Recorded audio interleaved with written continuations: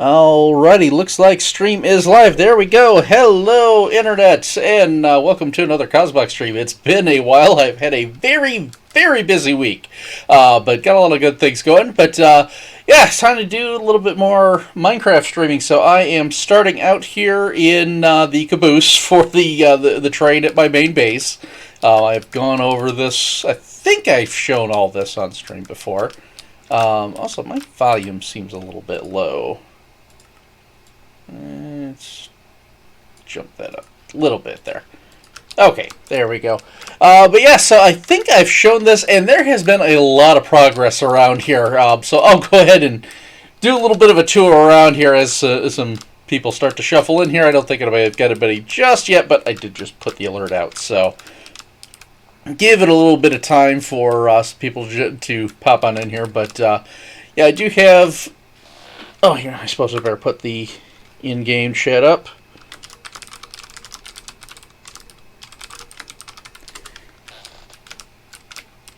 There we go. Give everybody the notice, and I probably will go ahead and just hang out by the caboose here to sleep. I've been idle for a little bit, so I'm sure I've got the angry flip-flops ready to come and smack me around. So we will... we'll sleep the air demons away.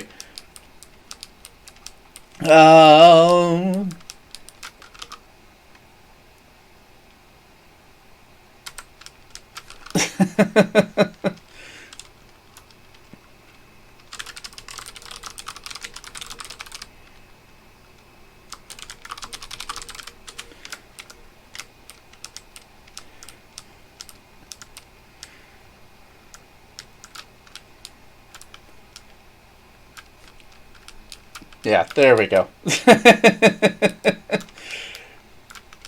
Alright, just about over into... There we go. We can go ahead and sleep the angry flap-flaps away. And then I will go ahead and do the quick tour around the base here.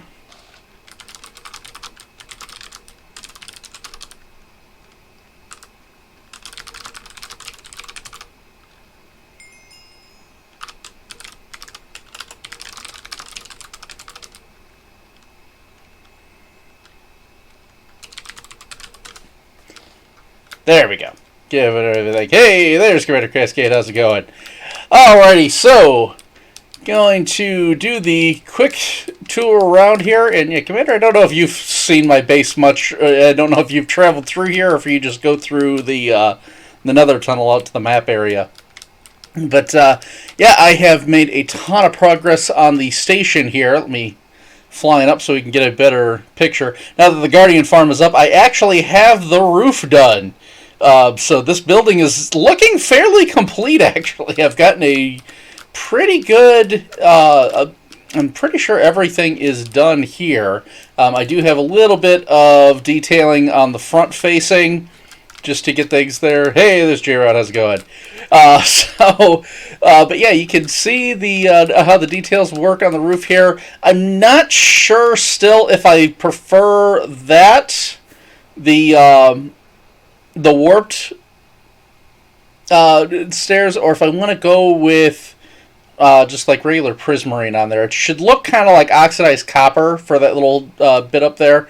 I don't know. I think it looks okay.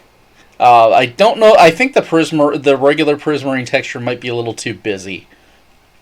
But yeah, I really like how the station has turned out. Like I said, I got some more detailing to do on the front face and then copy it over to the back, but that will be coming up here. But yeah, I have done a ton of work on getting the rail yard set up here. So all this has been flattened. That's what most of my time has been doing, is just digging out all of the grass and rock and just all of this to get it flat. And I've pretty much got the area laid out that I'm looking to do here. So this would be the rail yard is where they would pull the trains into for loading, unloading, and arranging cars and that sort of thing. You'd be able to come in. The trains could come in and out here as they shunt the cars in back and forth. So there's a couple of lanes here, so you can have multiple trains going at once for loading and unloading. I'm figuring I will kind of do a T intersection with the road, and then bring a path along in between each train area. That's where you could load and unload trucks for things as they're getting ready to ship through. And then this does a big loop, primarily so that you can swing around, having this little section here. I don't know why I did that while I was pointed down. But having this switching area here will allow you to actually turn the train around without having to use a turntable. I will build some of those eventually. I'm going to save that more for once I get into the sort of the storage areas where they would have the train stored, which is going to be over here, and that's the main thing we're going to be working on digging. That hill is going to get dug out. That, I'm thinking, is going to be where sort of the maintenance barn would go. It's pretty much a direct path right off of the main line where it can switch in here. I'll go in and I'll show the map here in just a minute so you can get a little bit better view. So you could come in there if they need to do maintenance, whatever needs to happen there. And then I will probably get it so it's got a switch where it could come back into the loop around. And in this big section here is where I'm going to put my super smelter, just as far as the building is concerned. Kind of fill this sort of thing in. I might end up doing it. I'm not sure how I want to do it yet. But I may end up doing like I did last season and actually have the output for my super smelter cosmetic, where it would be like loading into an actual train car. I did that last time, and I just had it loading into like a little hover truck in the base. Doesn't add anything for efficiency or anything. It just kind of looks cool. Brings it in cosmetically to the build, so I may end up doing that. If I do, I will probably have just a little side switch that would come over, and I'll do it there. I wouldn't want it wouldn't make sense for it to be loading and unloading off of the main line. So it would be kind of just a little side switch that would come in here for this yard, and I just have a basically probably bring the super smelter coming here, and then I would bring the items back over this direction. Just do that with like a water stream and cover it up so that it looks like it's part of the building. But yeah, let's go ahead and pop inside the station here, and I will show off the map. I haven't done much more on that building yet for the hotel. Well, I think I did since the last time I streamed. I've gotten a second, well, that would be the third floor. On it, the first two are all just the first floor, because that's kind of the lobby area.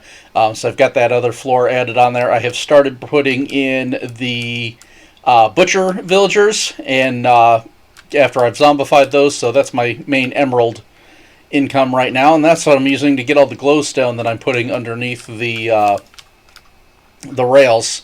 I plan on using that to kind of light them up. I'll do some other cosmetic lamps and that sort of thing up above. But I just want to go ahead and light this whole area up as much as I can from the rails it sells, just for mob proofing.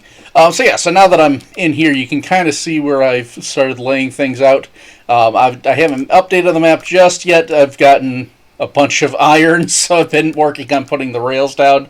Yeah, this is where all the iron supplies that I've been working on have been going towards, and it just tons and tons and tons of anvils. Oh, jeez, I have probably at this point crafted over 2,000 anvils going into this thing. It's ridiculous. But yeah, so you can see where you would have, we've got the four made switching sidings. This is where trains would be brought in to load, unload, that sort of thing. And like I said, I will bring the road up with a T intersection here. That'll be set this way. I will probably have some buildings set in here, just sort of small, temporary warehouses, just for that sort of a loading, unloading dock. And then I will have just a section here where you could have a truck back up to be able to load that, unload it, and carry it on its way for everything in between. So yeah, up here is where I'm planning on doing the maintenance barn. And like I said, I'm not 100% sure how I want to set this up yet. I think rather than do this as an angled stretch, I think I need to swing it up and then just kind of do like a little S-curve here, just to give myself a little bit more height sooner so I have more room to build. Because not all the trains would be this size. This is a very small sized engine. And that's really just for kind of carting things back and forth. That wouldn't be the main ones that would be traveling out deeper into the world, and the maintenance barn would have to be able to take care of all of them. The big dreadnoughts, which are the big armored ones, I do plan to build one on here. They're featured. There's an image featured in the books, but I'm gonna do one myself in here that would kind of show it off a little bit more. But yeah, they're big, big armored things. They are a 464 engine plus the tender. If you don't know, that means there's 4 pilot wheels on the front, 6 drive wheels in the middle, and then 4 pilot wheels on the back. This one is a 060. There's no pilot wheels on there. It's all just drive, which you can get away with for smaller engines because they're not going around big curves and they don't need those pilot wheels to keep it stabilized. It's just making small treks around the yard and that sort of thing. But yeah, so this is where the maintenance barn's going, and this is the main thing we're going to be digging out here, is trying to knock down this mountain. The border opened up just the other day, so that's where a lot of the dirt is going to be going into that I cut off. It's just going to be dropped into there. I'm not sure what to do with the rest of it yet. I have tons and tons and tons of grass boxed in there. I have, at this point, I think 18 shulkers, plus probably, I did 3 rows on a 6-high double chest, so whatever that works out to be. It's not entirely full yet, so I've probably got like 2 rows full. So yeah, I've probably got another 12 double chests on top of that, just of grass. There's been a ton that I've shaved off here. I don't know for sure what block I'm going to use to leave this. I'm just kind of leaving it as grass for the most part, except for where there's stone, and I'm just leaving it flattened. I'll figure that out kind of as we go. So the world border was right on this block. I ended up just dumping water so it would flow over. There was lava in this little pool. I just did that to cut that so I didn't have to worry about lava flowing. But yeah, this is the expanded northern border. So now that this is cut down, or this is opened up, I can cut this down. I'm going to flatten this out, bring this over. I will probably end up coming off from the maintenance barn. I will do a turntable and have that kind of coming up into a, not a station house, but basically just the storage areas for the trains. They have like a large section there. But anyway, we need to do some mowing, I guess. I suppose mowing would really be cutting the grass, not the blocks, but cutting the tall grass. But we're getting the grass out of here. We're digging. We are doing some digging here. So hopefully everybody's having a good night here. It has been a crazy week for me. Don't know how everybody else has been. I have just been busy. Between all the stuff with the day job and then all the writing campaigns, which big news there, and I have my official announcement for it is going up on Sunday when I do my main blog post, but I'll go ahead and talk about it here. We actually have the Kickstarter for the next set of 1879 books coming up on Monday. That will get released. The campaign's been approved. We got all the art in for that, so we're really excited to see that one going. In 1879 is the game line I develop, and that's what this base is based around, just for the lore and everything that's set up behind it. So what you see me building here, it's not exact, just because, it's Minecraft. I can't build everything to exact scale, and everything's still kind of in development, but this is just sort of a concept for the kind of world that's getting built here. So it is go through and build this out throughout the season here in Scarworld. You'll get kind of a peek at what just an idea of how some of that visual style could be brought in, at least into Minecraft, and what we've got available here. But yeah, the game is called 1879. Thanks for asking there. And yeah, I'll pimp that out a lot. We're going to be showing that thing everywhere. It's a Kickstarter. That's what you have to do. So you should be able to see it if you search it on Kickstarter. You should be able to see the preliminary one. The actual campaign doesn't open up until Monday. That's when everything starts kicking into gear, and we will try to get these going. We've got 2 books that are coming out.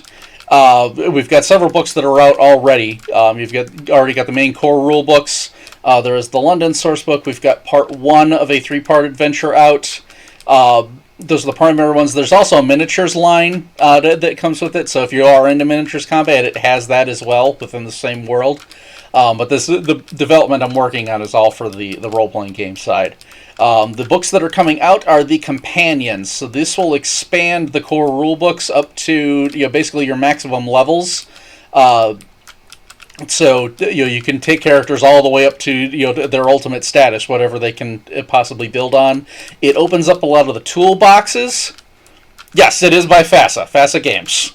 They are actually the same developers who created Shadowrun is probably the most popular one. They no longer own it; it's been sold off years ago. But this is actually the replacement for Shadowrun within our cosmology. So it's basically Shadowrun in the Victorian era. Now, and I am already... I'm going to throw this out of there. So we're going to be switching back and forth between picking up grass and dirt and then putting it in the water. So that's where I'm heading to now. I can't see the link there, Ice Lord. It's all just coming up as stars for me on mine. It may just be because I'm an OBS. So I don't know if that'll show. But yeah, just the numbers 1879. It is the game line that I am the line developer for. So yeah, we're really excited to see the campaign come up. But yeah, so anyway, I was saying for the companions, yes, that is the one.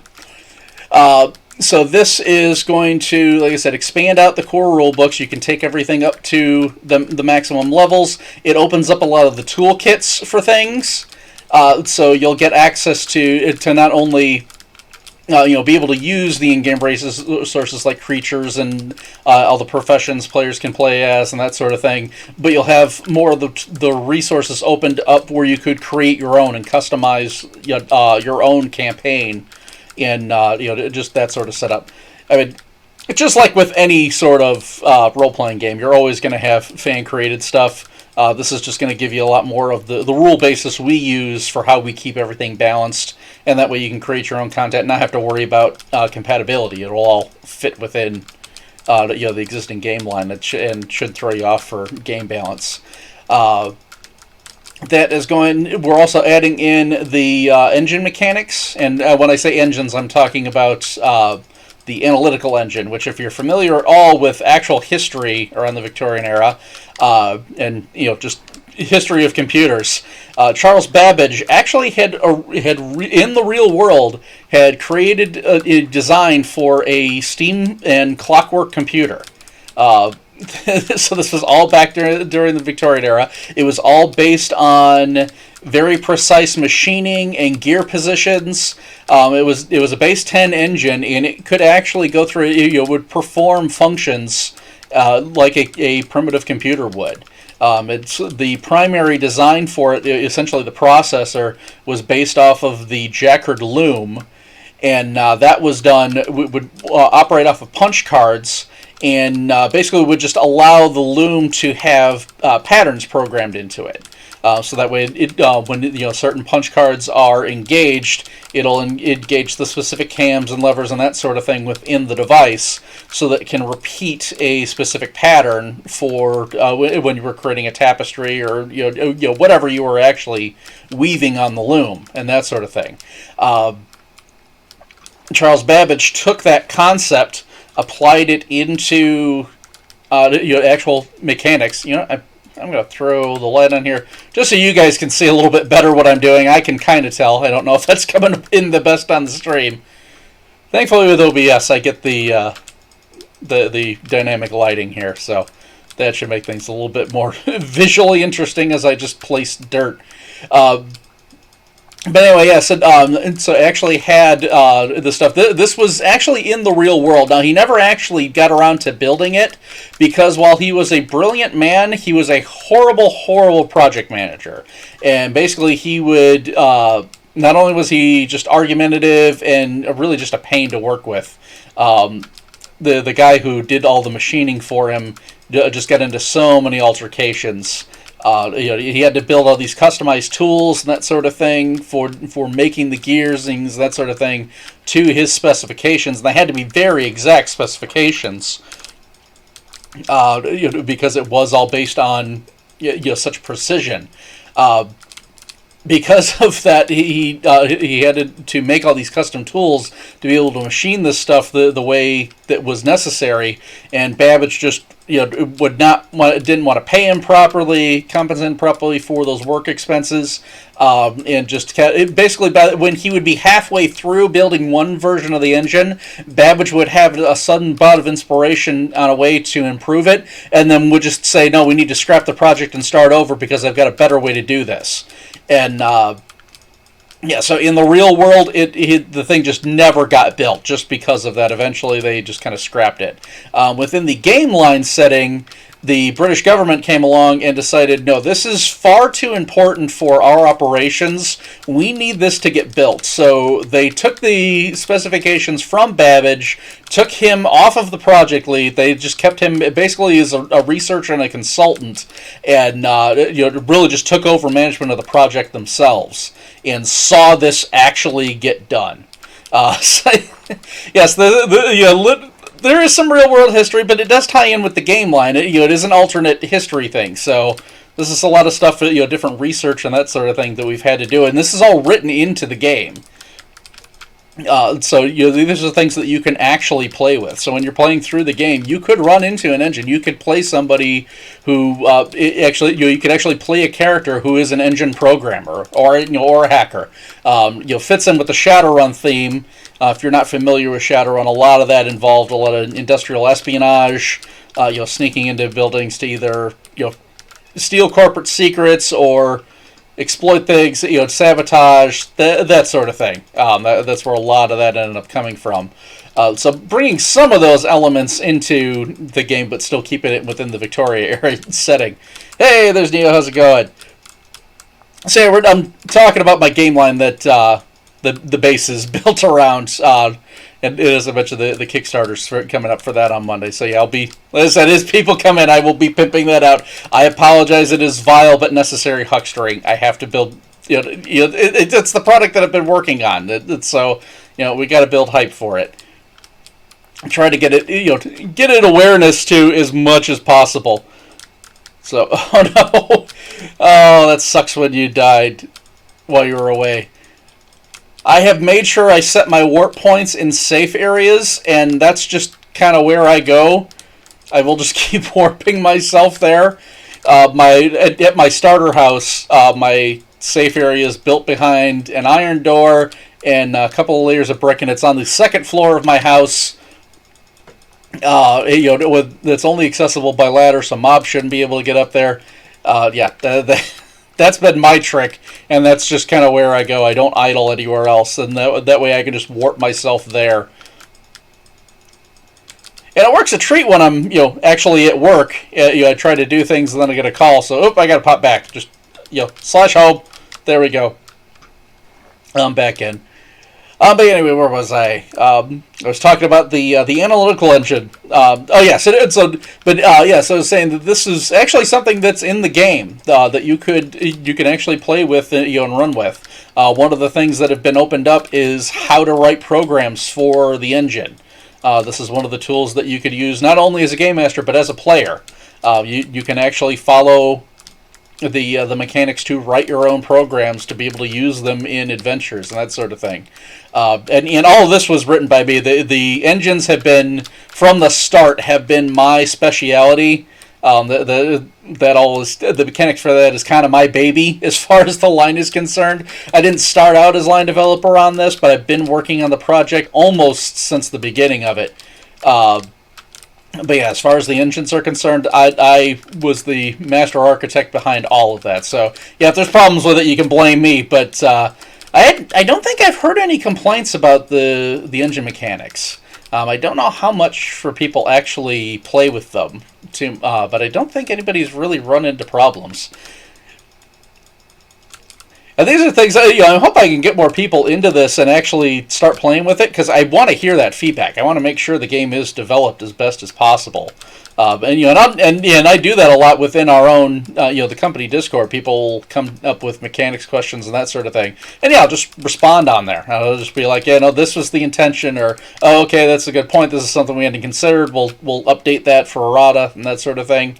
And so we try to do that with all the game lines, just to be sort of hands-on like that. I mean, you don't get that with Dungeons and Dragons.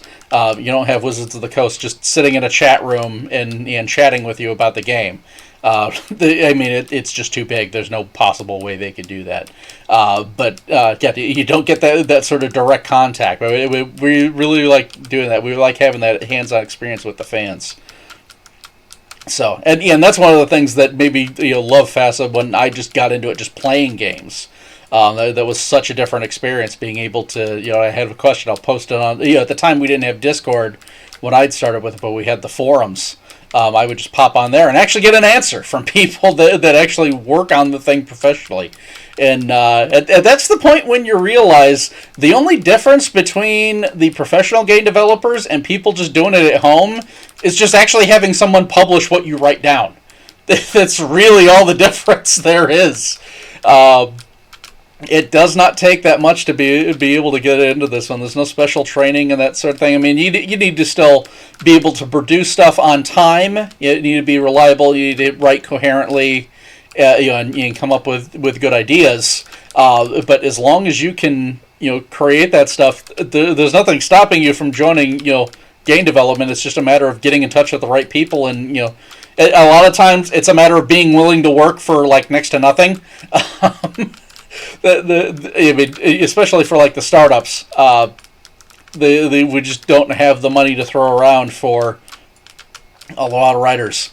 And I've actually been looking for writers, so I don't know if anybody out there is actually interested in writing for an RPG. But hey, if you are and you like the idea, and you can come up with some some good content and actually deliver consistently, then hey, shoot me a message. Let me know. I've been looking for people to help fill in. And like I said, that's the other part is you got to be willing to work for very little, at least starting out for a lot of things. And I mean, we do pay people. It's just we can't afford the high end rates that some of the major producers do. It's just we just can't do it. We don't have the fan base. We used to be able to do that. FASA was way big back in the day, but we just don't have that same base anymore. We're slowly building there. We are, the company has been doing much better, just building up over the past several years, and we've been picking up steam. We've actually got, I don't think this has been announced anywhere, but we do have a new game line that we are sort of planning. It's still kind of getting organized for things. So I can't really give away much because, like I said, it hasn't really been announced anywhere yet. But there's some new stuff coming around the corner, even beyond, new stuff for my line, new stuff for Earthdome, which is our high fantasy, not quite medieval setting, but that sort of tech level setting. And then we've got another one that's coming out. It's going to be sort of the space opera thing. So that's how it's been described. So I mean, basically what you would think of for like Star Wars and that sort of thing, but as a game line. So constantly inconsistent. Yeah, I mean that depends on how you mean it. If you're talking about like your content and that sort of thing, it's fine to be random for a lot of those things. And sometimes those random ideas turn out to be the best. It's just a matter of actually being able to, and it's not even so much consistency. It's just a matter of if you say you're going to finish a thing by a certain deadline, you got to meet that deadline. You can't, flake on what you're working on. We've had that for a lot of people, and I mean, and it's to be expected at the budget area that we're working with. But that is one of the things that just plagues the when you're working on a project you've got a certain section that you're expecting someone to deliver, and then they flake out on you. Now it throws everything off because things are all, it's all interconnected. It all depends on one another.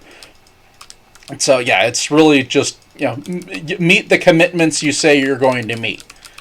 And a lot of it for us, it's not even, we can set our own deadlines for the most part, just kind of in how we operate with our games. So, it's not even a matter of that. It's just of having these big deadlines and a crunch. We can say what the deadline's going to be. We just got to meet it. And, unexpected things come up. Our biggest one has been layout. Layout has been the biggest woes with everything. It's still... we are getting it wrapped up as far as the current books are concerned. That is the only step left, is the layout. We've got the writing done. We've got the art done. So all of this is pieced together. It's just getting it laid out in a coherent book format. And that's where we're at now. We're just wrapping up the layout. So that is progressing through, and that should be finished by the time, hopefully, before the Kickstarter even ends. Because that'll be scheduled to end, right about the end of October. We're hoping everything should be completed then, and then the books just got to go to print and actually become books. And this will be interesting. This is I've had my name printed in a book before for this existing line because I've done writing for it. So this isn't my first time being published, but this will be my first time having my name in a book as the line developer for the line. So. Kind of a life achievement, I feel. This feels really cool with this coming out, and it's weird. It's kind of surreal almost. With I've been working on this for so. I've been working on this this line for years, and just being in it at this level, it's pretty interesting. Oh, writer's block. Yeah, no, I understand exactly what you mean. You get just stuck in the middle of it. That's one of the things that's really nice with having a team, and that's why I'm hoping to build up more writers, to have other people to bounce ideas off of. I will do that a lot. Right now, there's me and 2 other people that are writing for the line. That's all I've really got right at the moment, and one of them I know is going to be he's going to have to duck out once. Some of the schools start getting opened up again. He's in the UK, so it kind of depends on when things come out of lockdown there. But I mean, once he can get back in, because he's a teacher, so he's going to be getting back into that. So he's kind of limited there when his regular work starts up again. But while we get the whole COVID situation going on, he's been doing some writing, and I've been friends with him for years. And I know he produces really, really good work. But, I definitely understand that as far as the writer's block thing is concerned. It does get hard with a lot of it. But it is very nice when you have other people to bounce ideas off of. Especially, and I find it nice when I have a large project and I have multiple things I can bounce between.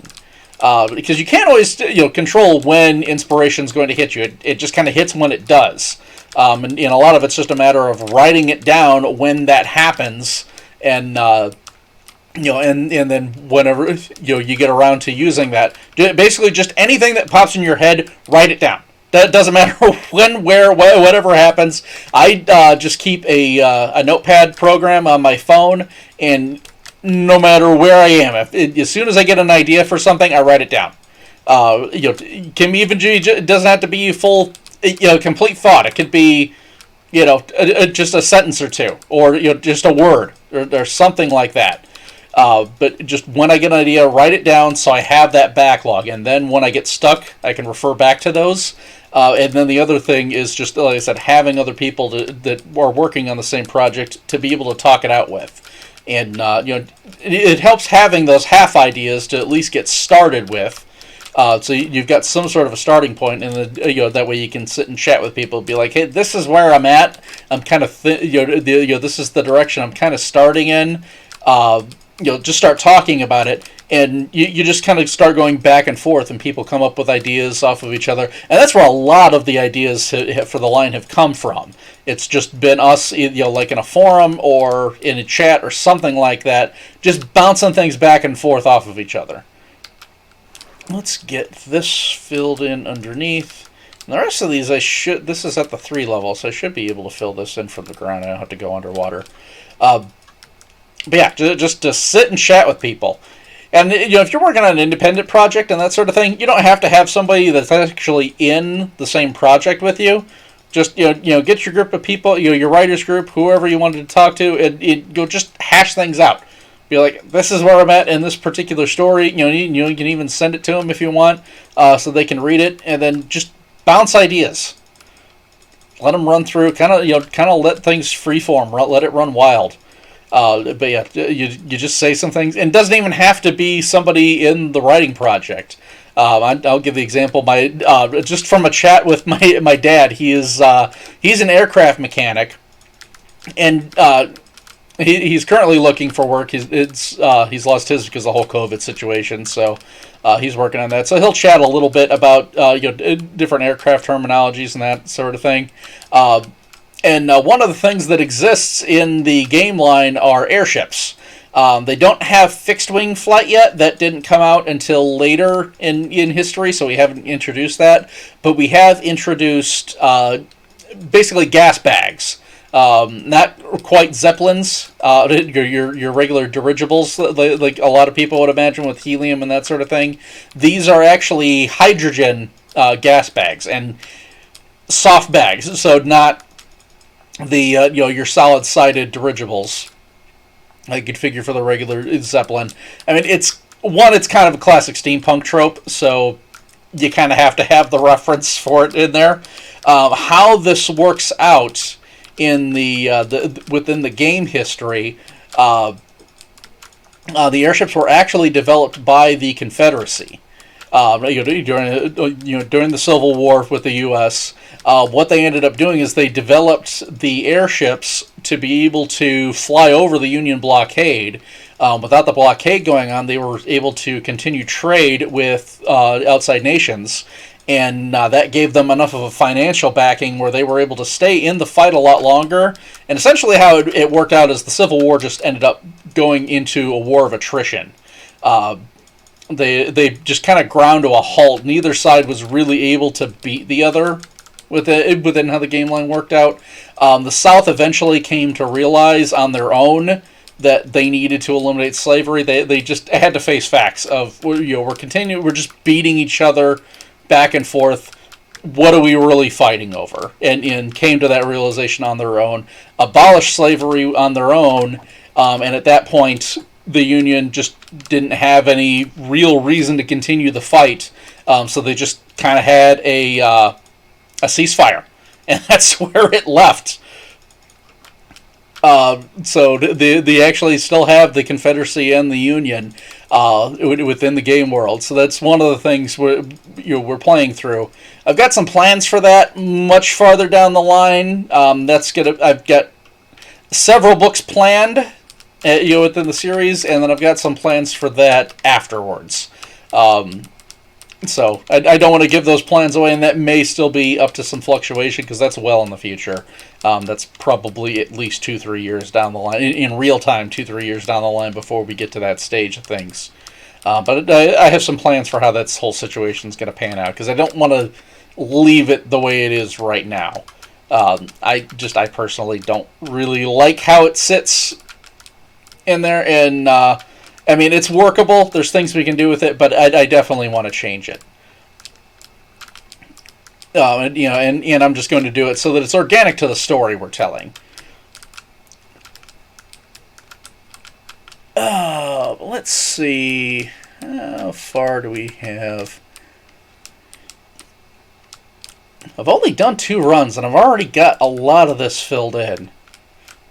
I mean, these rivers do take a lot of stuff to fill in, but these mountains are so huge. Oh, they fill up fast when I'm just digging them up. And when I go to repair, I'm going to need to just work on getting more glowstone when I trade with the villagers. That'll get me some more XP. course, with these netherite tools, it takes a while to wear them down. They had, I mean, it's only like 500 extra points of durability, but that makes a difference when you're up at, you know, at them breaking level 3. And yeah, it is significant. Of course, I'm still only working off of one set of tools. I have the means to create more, and I probably should, but I haven't gotten around to it. I've got the, you know, basically where I'm at right now. I've got all my XP farm and everything right there, so I don't really have a reason to need extra tools. I'm not going out and doing long grinding sessions far away from where my base is. You know, I can. It's one rocket to fly over and, you know, update, and then, you know, one rocket to get back. So not a big deal there. But yeah, as I start getting farther and farther out and, you know, working on bigger projects, I will probably need to get some more. One of the things I do need to make for myself is a better sword. I didn't do the enchantments right on this one, but that's because I was working off of the enchanting table, so I just kind of took what I got. And yeah, I need to make the sword better and actually get it at the max enchant levels. So I'll do that eventually. How are we doing? Yeah, I better just pick up what I have.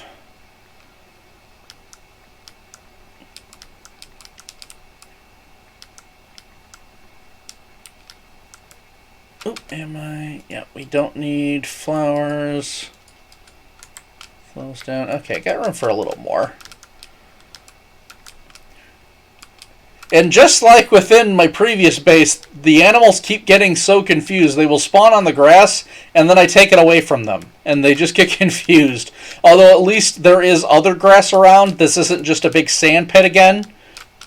So they will eventually wander over other places. But yeah, they very clearly get confused when there's not grass here. I remember all those cows up on the mountain last season. Just outside of Mos Eisley, I dropped all the sand down, and they just had no idea what to do. They just started standing around like, okay, now what? Oh, I had other blocks up there. Some of those are going to despawn, but as much as I hate wasting materials, I really don't care at this point. I have so much dirt and grass. I have more than I'm probably going to need for the rest of the season. You know, I do have to be careful saying that, because as soon as I say that, I'm going to find some big project where I need a ton of this stuff. But, I don't know, at least as far as the area is concerned where I'm working on, I don't need that much. It's all here. You know, most of it is me taking away material to shape the land. I mean, that is sort of what the Victorian era British did. They would very much be all about, you know, we'll shape this land and make it useful. They didn't really work with the terrain that much when they were colonizing.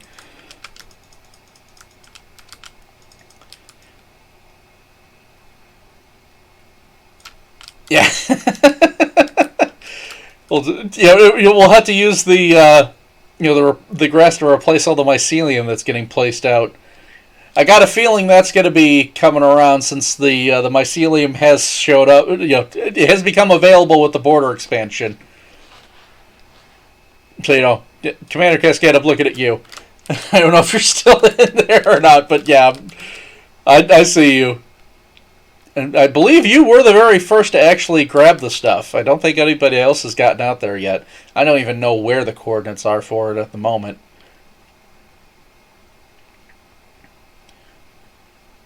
Oh, let's see. I might be able to fill this in with this load. I'm not sure of that. If not this one, then the next one. There's not that much left to it. That is kind of annoying doing that with a light, but it's alright. We'll deal with the torches. I can still pick them up pretty easily. But yeah, so I know the stream probably isn't too visually stimulating. Yeah. Of course, plausible deniability, just like Mumbo and Iskall with the Diamond Throne. Oh, I had fun watching those videos today. I was doing that while I was at work. Oh, that is fantastic. I cannot wait to see Scar's reaction because he's gonna overreact. It's gonna be just a big one. I mean, between him and B-Dubs, and B-Dubs is probably gonna panic. He's just gonna go into full panic mode. And of course, and I knew it was funny that Mumbo builds the vault for it using the same key that Scar originally had. We know he doesn't have it anymore. I know he doesn't have any more of those keys left.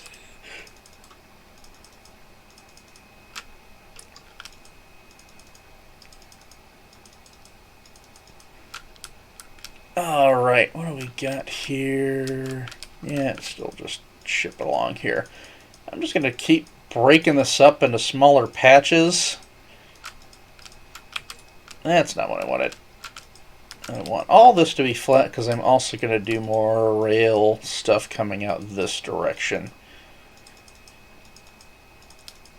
I really don't have a pattern to what I'm doing here. I don't know why I'm trying to think much about it. I'm just placing stuff down. I'm just placing blocks to fill up the water. And the thing is, I have sponges too, so I could get the water out of the way, but I mean, I'm flattening this land out regardless, and I don't want to leave a hollow space. I've been doing a lot of filling in places rather than, like, there's a bunch of just the the little hidey holes like you get within the surface where it goes into those small caves. I've been filling all of them in, at least down a decent amount. There's one that I apparently I left near under the rails that I'm gonna have to dig up to fill in all the way. I guess I didn't get enough torchlight in there, and I keep hearing zombies down there, and it's just annoying. Just kind of ruins the ambiance, So yeah, I've just been filling a lot of this space in, and as I said, it's mostly just been because I have so many blocks I need to get rid of them. And I am not a wasteful person. I hate letting blocks despawn. As I said, as soon as I do, I know I'm going to need them. And I will wait to harvest the wood. I don't need that right now. Let's just get that out of the way. Squid, you need to get out of here. There he goes. The ink is useful for selling to my librarians. That was the main reason I put that ink farm over there. I just had it running while I've been idle here.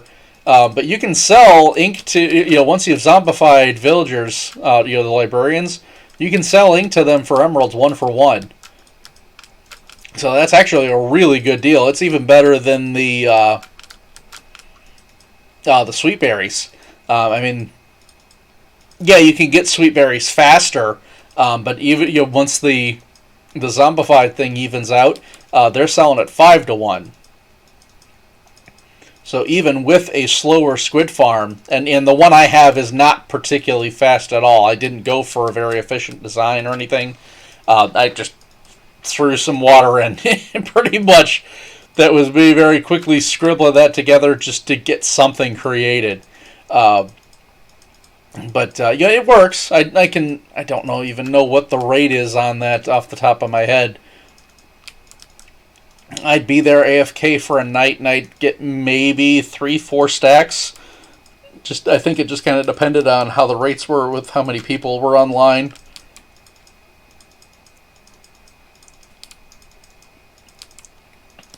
I think the best I got was probably like 4.5. And that's in a single night. So not earth-shattering by any means, but I mean, it is, just to have it while I'm in the area, I don't figure it's a big thing.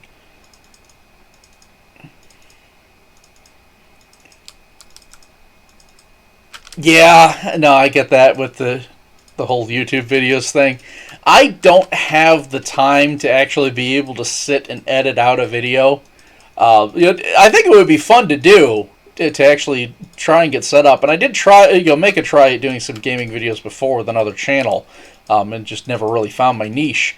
But I don't have the time to sit and edit. So right now I'm just, like I said, I just kind of upload my stream archives there. This way, I'm recording the video, I'm streaming at the same time, and then I just throw the archive up on YouTube and just, I run with that. And we'll let that be where it is. Of course, for me, I'm not really trying to build a channel to do anything professional or anything like that. I'm not looking to make money off of it. And Lord knows I have enough projects that keep me busy. This is just me doing stuff for fun, in my free time.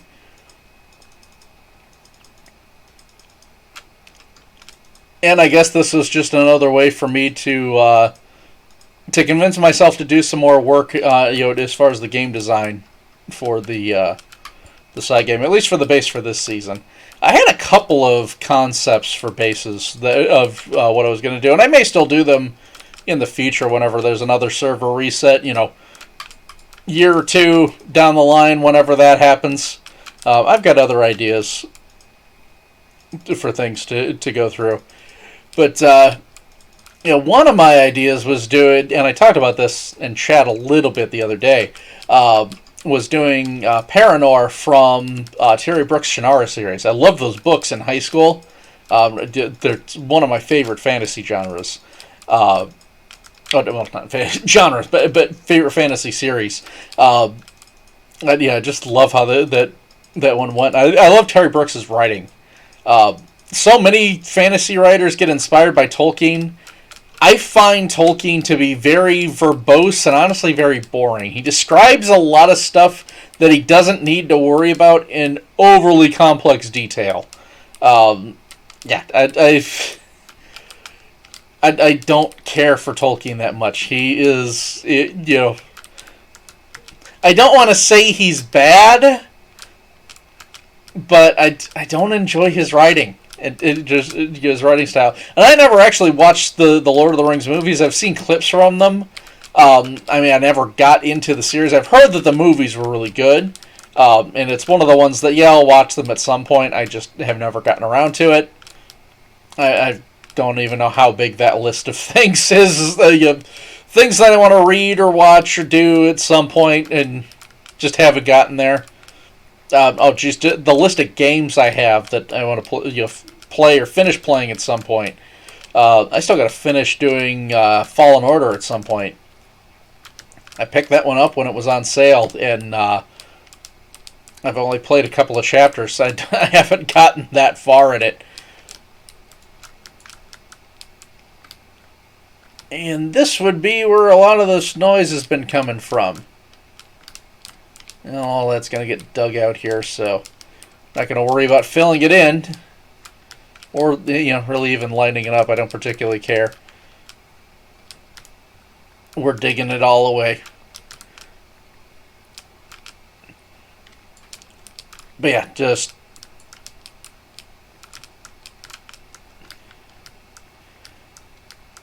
see, and that's the thing. I like the fantasy genre, so you would think it's like right up my alley, but I don't know. I didn't really, and I think it probably was the writing that got me where I just didn't get into them that much because I did not enjoy his writing style. I just didn't really want to get that into the movie. Well, that, and then there was also the animated movies. I have seen those, and oh my god, they are train wrecks.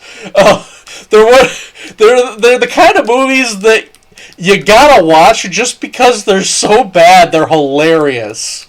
Oh man, the Hobbit movie it's hilarious because it's so terrible.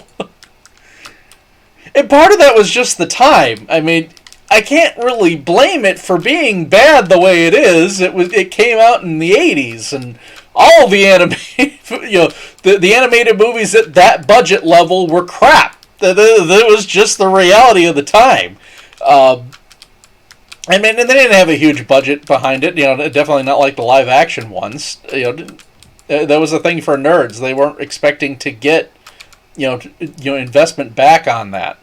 You weren't you weren't going to get a lot of movie executives willing to spend a lot of money to make a high quality animated movie. I mean, animated movies in general, they didn't have that much of a backing behind. And I know Scar will talk about that too, but that's one of the major things that Disney did. They actually put the money into the animation, and came up with some real quality products and some stuff that's just classics that people have grown up with. But so much of that, there was just the perception that anime movies were for kids, and kids movies didn't make money. And they made a little bit, but they were not the big blockbuster events. So it wasn't stuff you weren't going to get a huge amount of investment into. And that is one of the things that Disney was very unique in.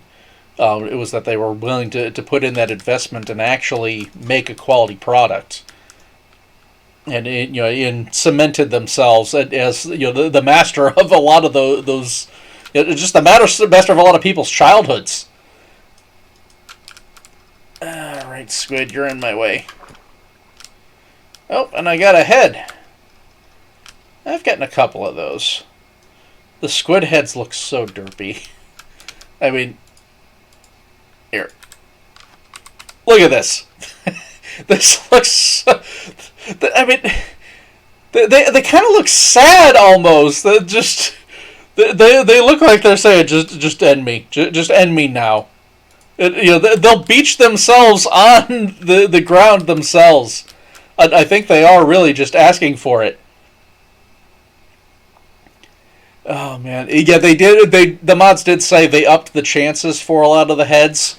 Some of the heads were extremely rare for coming up last season. It was really hard for some of these things to actually be able to get heads. I think part of that was because we didn't start with the armor stand book, and having the armor stand is one of the main reasons why you want heads. Just to be able to have that flexibility and do the decorations with it. There's some uses for some of the mob heads outside of that, but not much. Where else am I actually going to put a squid head? What am I going to use that for?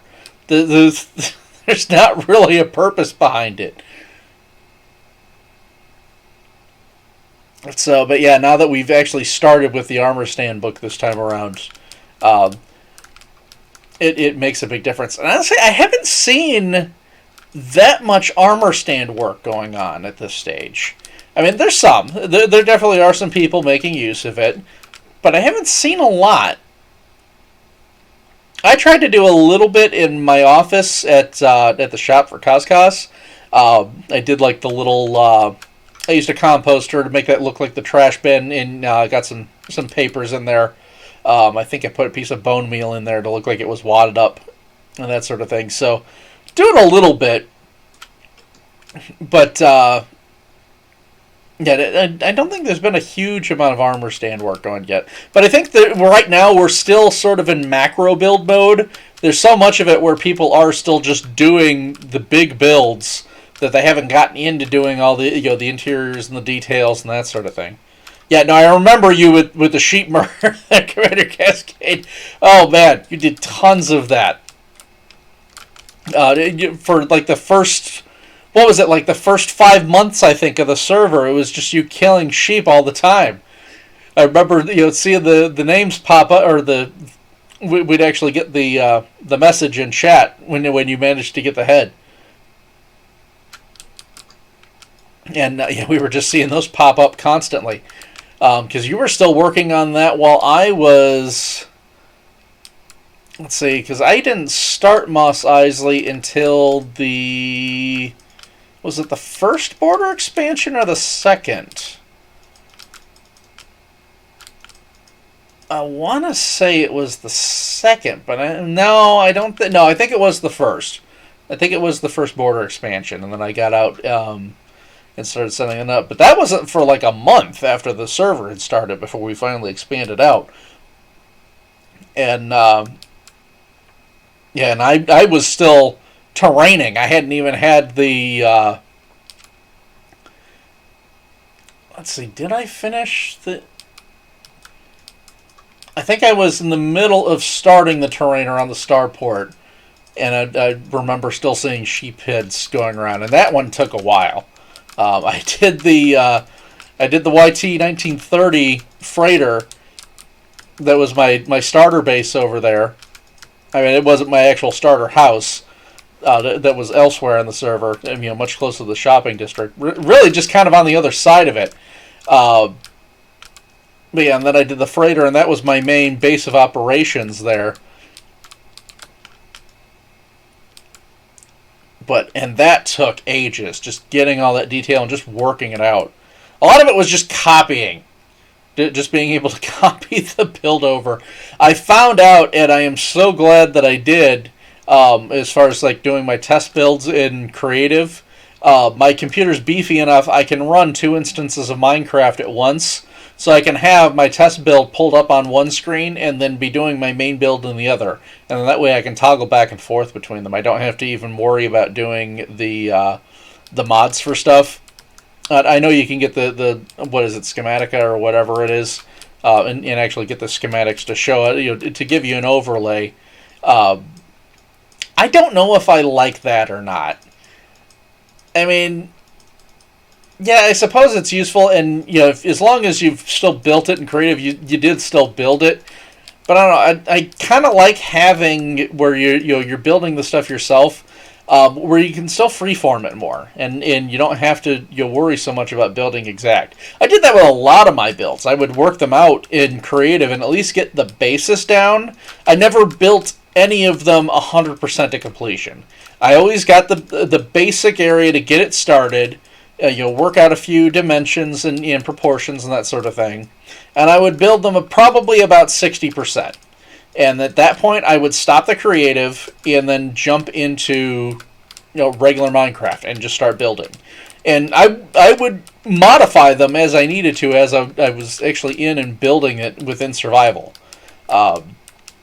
Sometimes you just see things a different way and that sort of thing. And in stuff that you would I feel like I would miss if I was doing it with the schematic. And yeah, add in that program or mod. That was the word I was talking about. They're thinking of. I don't know that I don't think I would like having the whole schematic thing. I like being able to still change things up when I need to.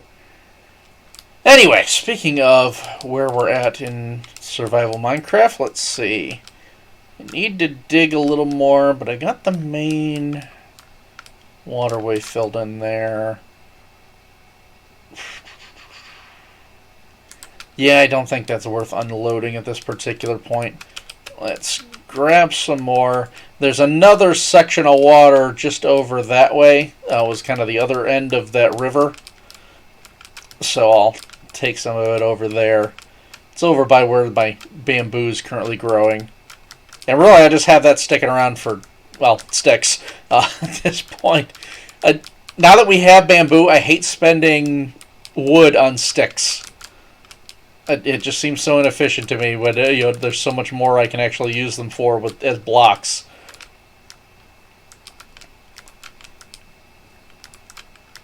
And bamboo grows like crazy, so it is not that hard to come up with.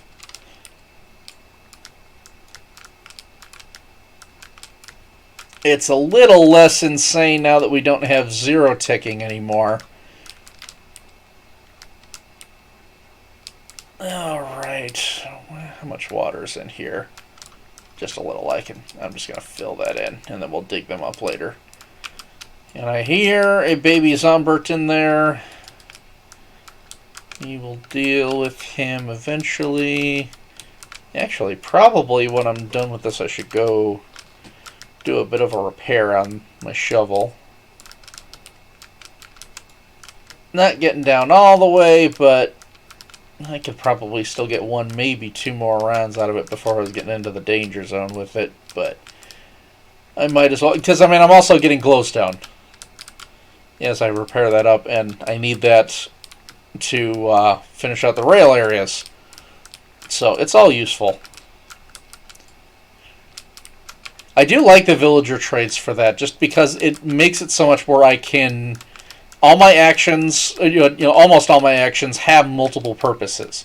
I mean, while I'm here, I'm loading farms, I'm loading the villagers up so I can get their trades ready to be able to swap out. As I run the durability down, I'll go over there and I'll repair it as I'm doing my trades, and that's getting me supplies to come over and do the next section that I need to build.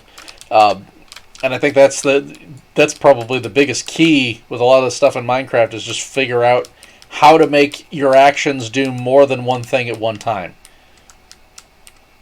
And it all just links up together, and that's where farms really show their power in Minecraft. You're loading an area, and you're multitasking. You really are. Okay, how are we doing? Yeah, let's throw out the seeds and the basic flowers and pick up what we got. No, I said I don't want the seeds.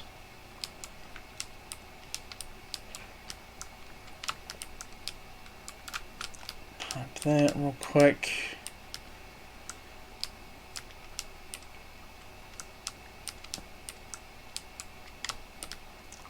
Oh, man.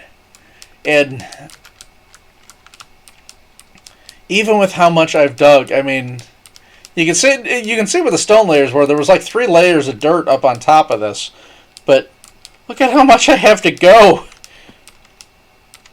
This is a huge hill, and not all the hills around here have been like this, but some of them have. Just building up in the middle, it's been crazy. And that's not even including all the stuff I did initially to just take down all the trees. There were so many trees. Here we go. The other reason for filling this in is because it will keep my squid farm more efficient. I didn't have to worry about it before the border expanded because mobs weren't spawning here. But now that it's open, we need to make sure everything that's actually in range is taken up, so my farm is the only place for these squids to go.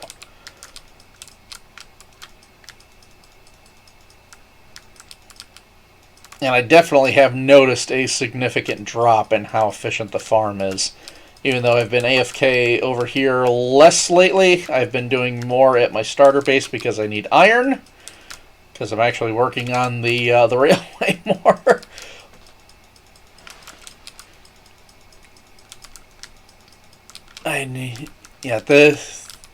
It's insane how much iron I'm going to need.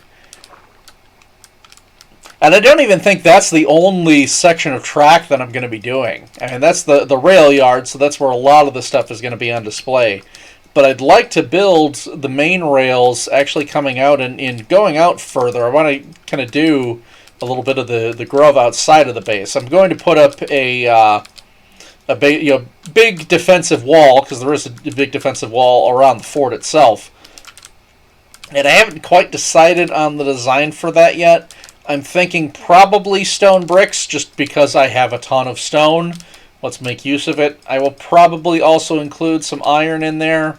And I need to figure out a design for the big Maxim guns that they would have. And this is one of the ones, then the next set of books that are going to be coming out after the companions. We're still doing the development for it. But we actually are working on the Fort Alice source book that will fill in. This is Fort Alice that I'm building. So there are going to be the big Maxim guns. These are big water-cooled, mechanized machine guns that will fire like 300 rounds a minute. Insanely expensive to build, insanely expensive to operate because of the cost of the ammunition. But holy cow, do they just rain death on things. They will just shoot like crazy. And a lot of it, within game, there's a lot of controversy. That's one of the ones that we play up, is the social aspects of it. And there will be a lot of questioning of why do we need these things when they're so expensive to operate. And part of it is just intimidation factor. That is a big part of it. I mean, you get a gun that can fire 300 rounds a minute at you, you don't really want to mess with that. But the other part is there are some big honking baddies out in the Grove, which again is the world that Fort Alice exists in. I mean, there are dinosaurs. There are actual wild dinosaurs that exist within this land. But then there's also just all different kinds of creatures that are native to the planet, well, are supposedly native.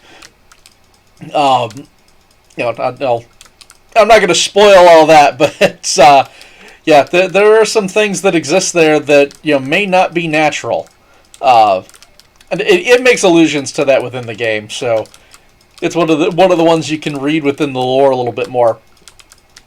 But there are some just big honking nasty critters, and some of them you actually need a gun that powerful to deal with. I mean, you get a big nasty beastie that's barreling down on your base. You're going to want all the firepower you can to put that thing down before it gets close.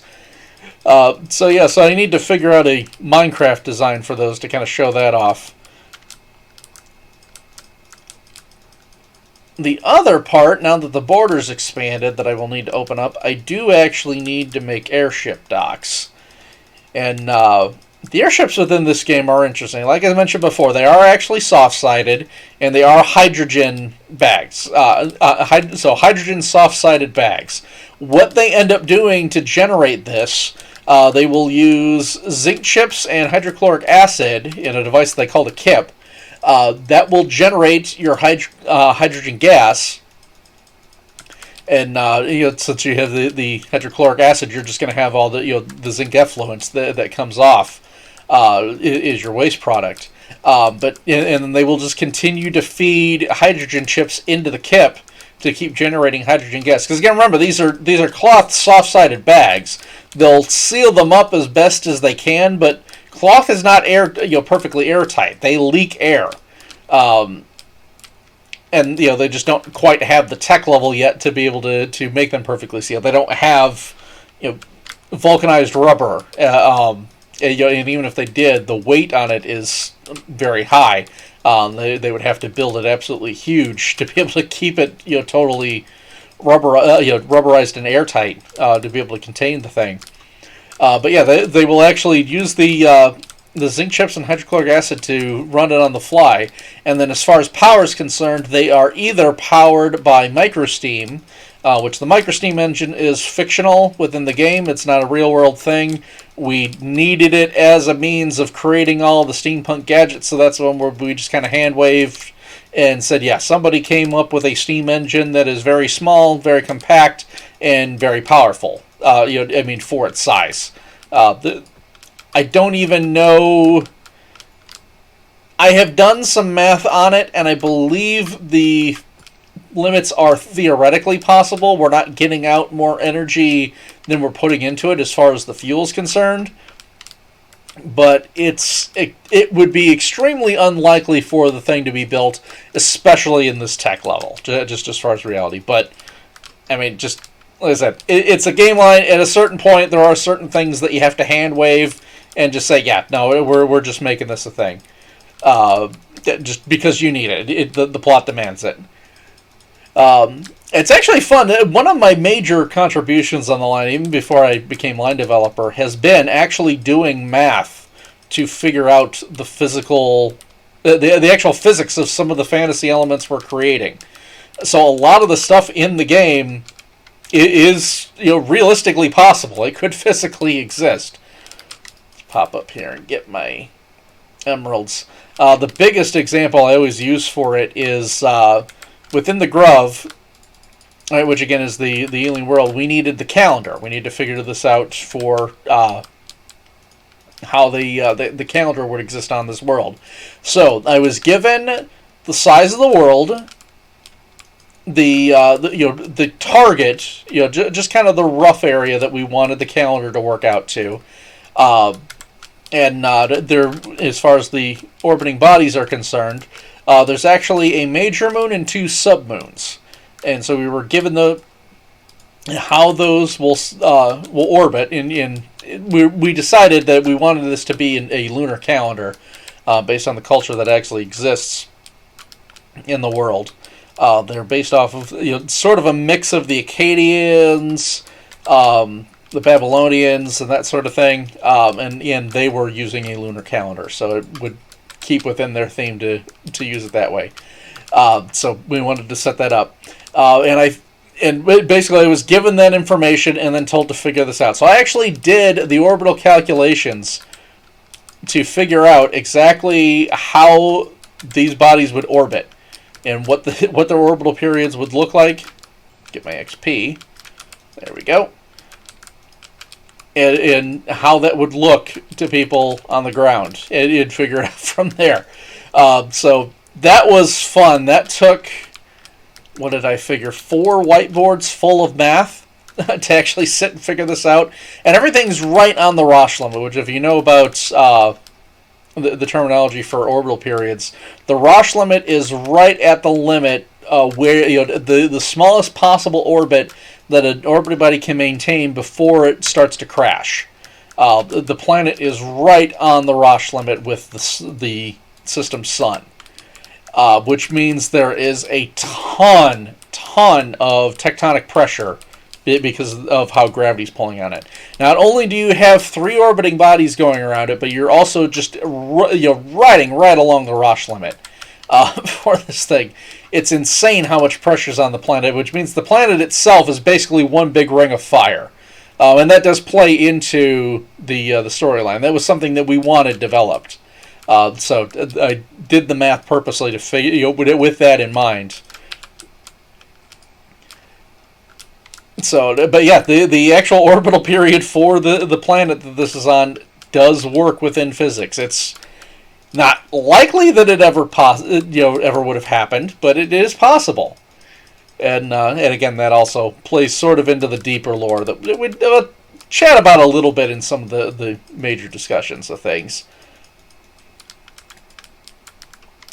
I don't give away. It's hard for me while I'm on stream talking about this stuff because there's so many cool things that are just little hidden stuff that I like to talk about, but I can't give them all away because you got to leave some of the surprises in there for people to actually find.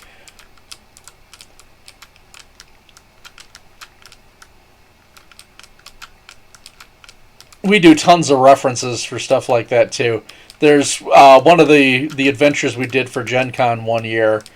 We had so many references. The situation kind of played out like an old Batman comic, and we had so many references to that in there. We have they have sort of because ghosts are a thing in here. Magic is returned to the world, and it can actually bring about spirits. There is a spiritual energy detector in there, and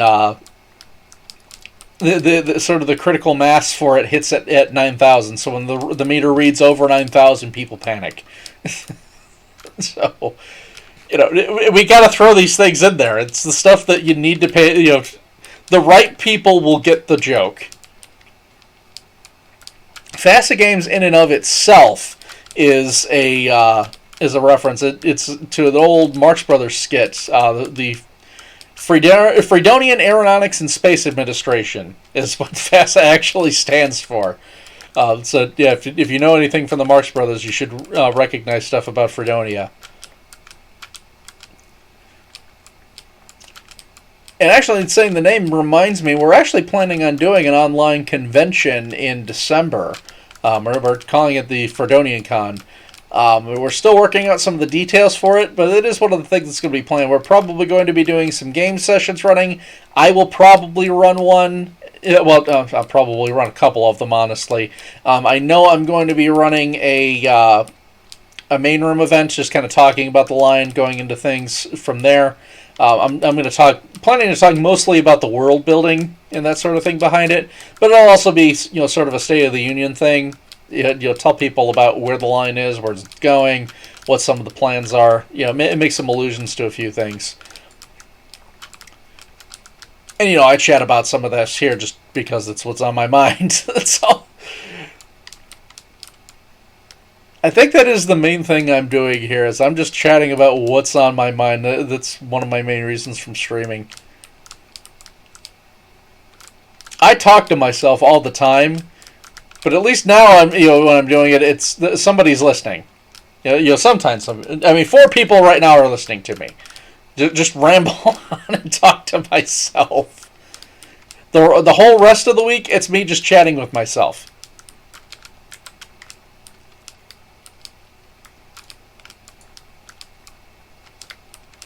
Alright, how are we doing here? I'm just going to try and dig out some of these last pockets of dirt. Fill in my inventory, and we'll go get that next water pit.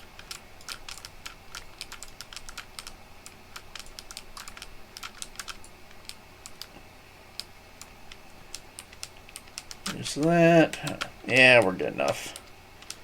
We'll make some progress. I need to get rid of the seeds and junk, but we'll get there eventually. But honestly, I'm surprised people actually tune into my streams. Listen to me. It's only like 4 people right now, but people listen to me.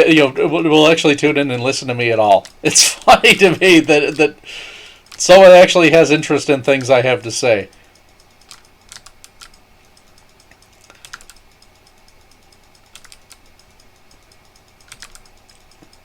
Although, I mean, people are interested enough in my writing to have, bought into the game line and read that. I mean, that's not all just mine. There's a group of us that have worked on that, but I mean, I have made up a significant portion of it. And I do my weekly blog posts. People actually do seem to read some of those. Again, I don't think I have a huge amount of people that have read those. They kind of vary.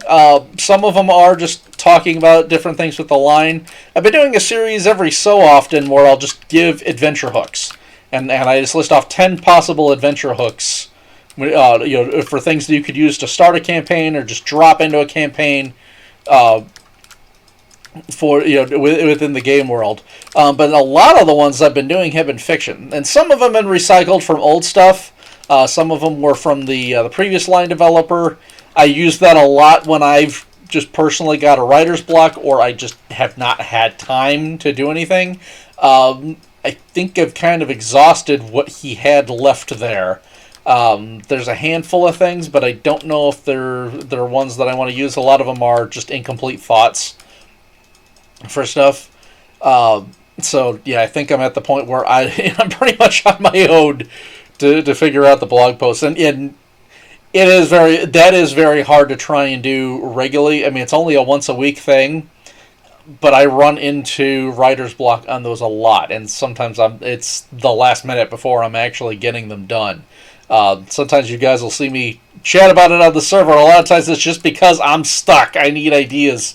I will throw a random question out or a random idea, just have somebody say something that will get me springboarded. Just to try and get something written.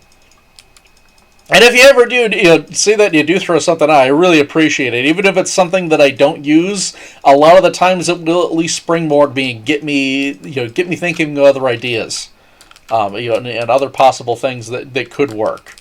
And I know now, some of it, the ideas I don't use, you're usually not because they're bad ideas. I don't think I've really seen much for people within the server that have come up with bad ideas. It's just some of them don't work for the game world that I'm building on. There are different limitations and that sort of thing, but they still help. Just being able to chat and bounce things off, and they'll get me springboarded on some sort of thought. I compare it a lot to Dr. House, just how that worked out visually. I don't know if anybody's ever watched that show. I'm sure somebody on here has. But just how he does that within the consultations. Even if he's, when he's in the consultation, he's got his team, and they're all putting in ideas. Even when he's insulting them and pointing out how their ideas are dumb or just not going to work. I mean, he's abrasive and a jerk, so that's why he does it that way. But even from there, it can springboard him and get him to the right idea. And it really does feel like that a lot of the time. So, even if it's an idea that doesn't work for whatever reason, when I think of the reasons, okay, does this work? Does this not work? Why does it work or not work? It'll get me springboarded and get me to something else, get me to another analogy or something else from there. Yeah, no, I definitely did love House. I and it was kind of funny. I equate to him so much from things, and just in his method of troubleshooting for a lot of things. I do that a lot with IT. And just how he goes about it. And I use that a lot, describing things to my parents and talking about my troubleshooting process because, when I do stuff with IT, that's wizardry to my mother. She has no idea what I'm doing. For years and years and years, she didn't think I was capable of doing the stuff that I can. I think that's part of the reason why I studied IT. The reason I did, it's just like, okay, I know this is possible, even though my mom says I can't. I'm gonna figure out how to do it, just to spite her. So I think there was that was in the Hitchhiker's Guide, if I remember correctly. There was a guy that came up with the machine that makes it possible for someone to fully understand the full scope of the universe, and he did it to spite his wife. That was the entire reason he did it, was just to show her. I loved that, and that is totally a legitimate reason for why somebody would do something. But I used that was a show that she liked watching, and so I could use that to really equate to her. This is what goes on in my head. The stuff that he's thinking, the way he's going about it. I'm not doing it medically, obviously, but when I try to figure stuff out with computers and that sort of thing, that's how I'm thinking. That's how the process works. And the equation for that actually worked quite a bit when I was in college. I actually got hit by a drunk driver, and I had a broken leg for. I was on walking with a cane for 9 months. So, I had the cane. So I actually completed the look fully by accident, of course. Alright, let's pop on over there. Get some more dirt dug off of this thing. And see, there's so much left, but I actually am making progress. And it's one of those ones that's hard not to get disheartened because there's so much of this crap left.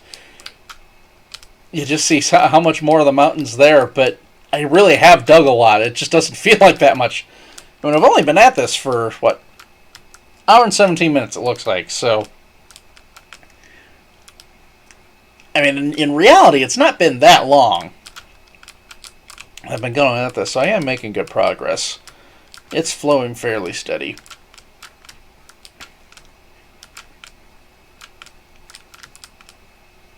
Alrighty. So I've been chatting for quite a while, just rambling on and on. How's everybody else doing tonight? Hopefully the week's been treating you well and things are going okay. I've just been really busy this week. A lot of things going on with the day job, but I mean, it is tiring, but I can't really complain. I have work that I can do. I can do it from home, so I can stay safe. I'm gainfully employed. And not everybody can say that right now. This is a very difficult time for a lot of people, so I really can't complain about that sort of thing. But holy cow, some of the things I've been doing have been making me so tired. There are some nights where I get done with work. I mean, even though I'm just sitting in a chair, just with thinking and how much I have to process, how many calls I have to go through, and I am not the most social person. I am social with people that I like and that I have things in common with. So, like, you guys on here, you'll probably never realize, how I am how withdrawn I am socially, because we're fellow gamers. We have something in common. I can chat with you guys, and there's people I can relate to. When I go to conventions, I love going to conventions because those are my people. They're my fellow nerds. I can deal with talking to nerds all day long because we just understand each other. We may have different fandoms and different backgrounds and that sort of thing, but we get the concept. But just talking to general people every day, it's exhausting. And I don't know how other people are socially, but I get that whole social exhaustion thing. It just wears you out. I know there's some people that can just talk to people all day and it doesn't bother them. My dad's one of those. He'll sit and talk to anybody and just sit and gab your ear off. And that was so annoying growing up. he would sit and talk to everyone. You'd go out with him to the store, and he'd find 6 people that he knew in high school and would sit and have an hour-long conversation with them. And I'm just sitting there like, wanting to get home. But I'm a kid and I can't drive, so I got to sit there and wait for him to finish. My aunt, at the very least, she's nice enough. She'll talk to people, but she doesn't sit and dab like he does. I think I probably get a little bit more of my temperament from my mom. And I don't think she really has patience for a lot of people. She's definitely not a nerd. She does not get the whole science and math and in all the stuff that I'm into. She understands that I'm into it, but she don't get it. It is not her thing. The only math she understands is with money. She can understand financials. But when it comes to doing the stuff where I'm doing, where I'm figuring out orbital periods and that's she's lost. She does not get it, which is fine. Everybody does their own thing. But I think I probably get a lot more of my temperament from her as far as that sort of thing is concerned. But yeah, like I said, I get the whole social exhaustion thing. People sitting and talking to people that aren't my people, they wear me out. And at the end of the day, I'm working on the help desk on IT, so and it's for a bank, and I tend to find that a lot of people who do stuff with finances really don't understand computers. They just don't. Which again, totally fine. They understand their financial stuff and they're great at what they do, and that's all that that anyone really expects them to do. But when it comes to really getting into the finer points of IT, and they work with computers all day, but that don't mean they know what they're doing. When stuff breaks, they don't understand it. And I at least do inherit from my dad the ability to sort of talk to anybody. I'm capable of it. I just don't like it. But so it does work a treat. I can actually sit and talk to people and just sit and speak plain. I grew up in the Midwest, so I have that kind of even though I'm a nerd and I do tend to look a lot more in science and, as my mom says, use 25-cent words. And I know the history behind that phrase, which it also comes from around the same type of era for the game line. So that just shows it's just even more what a nerd I am. But I know how to speak plain to people. Talk to people on something that's complicated, but bring it down to try to put it in terms that everyday people can understand. As I said, I'm not calling them stupid or anything at all. They know their thing and they're good at it. That's their thing, and it's just computers aren't everybody's thing. I don't understand all the financial stuff. They can sit and talk about loans and interest rates and that sort of thing. I understand the concept behind it, but as far as practical stuff to know, whether I'm getting a good deal or this is a good investment or whatever, I got no clue. I'm lost. I don't know that stuff intuitively, but it's just not my thing. Everybody has their thing. But it does get exhausting talking to them, and especially when it's just the same question over and over and over again. And again, I can't really blame them. I know why they don't understand it, but it just gets tiring telling people the same thing every day. Okay, how are we doing? We have finished that. I still got about half my inventory full. I don't know what I want to do out here yet. I have not thought that far yet. I am going to build the base a bit farther north here. This is the north direction. I'm going to build it out more, and like I said, I do want to bring the rail line out and have like a bigger engine going out into the deeper groove and just build that sort of going off in the distance. How far out do I have here? I think I had quite a ways. Because there is... That's a big lake. There's a big hill. Yeah, that wanders off there. I think what I'll end up doing is I will build the rail line going into one of these hills out here. Probably bend it around and put it here, and then we'll have it go into a tunnel. I'll figure out the specifics later. But just so that way the rail line kind of goes off somewhere, and it's not just running out into the middle of a field and stopping. It goes into a tunnel and it stops. It's under the tunnel. I can visually stop it there, and it'll still look continuous. It's not going to look out of place. And yeah, I couldn't get back in quick enough to sleep there. So that makes sense. I'll do that, and then I'll put one of the big engines, the big Leviathan engine, or Dreadnought engines out here somewhere. Again, don't know the specifics. We'll figure that out later. We'll bring the... You know, let's hit the map area to kind of see where I'm at here. I won't bother updating it just yet. Ow. Ow. There we go.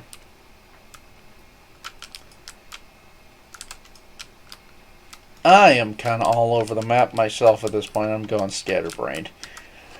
Alright, so...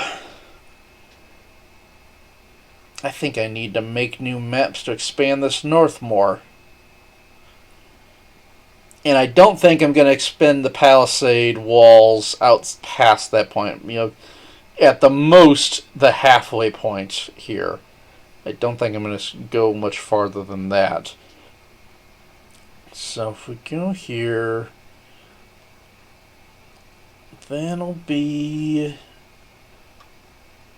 the sort of works barn. I think we'll have a turntable here. I'll make a straight cut come off of here, and then I can run. I've got some space here, so I can run a little bit this way. I can probably have a secondary line coming off and rejoining the main line here, so you'd have multiple ways in and out. Ooh, maybe that's what I'll do here, actually. Rather than try to bring this up, well... No, I should have this coming up to join it at least.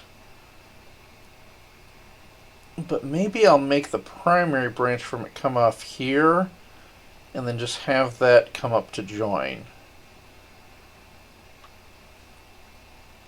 That would take me a little bit farther north. You can see how the line works out here.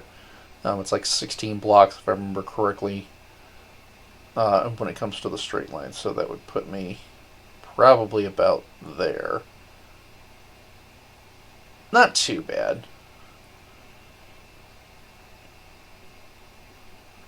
And I can deal with the turntable there. That should be fine. Okay, I think that's what I'll do. And then this will just branch up.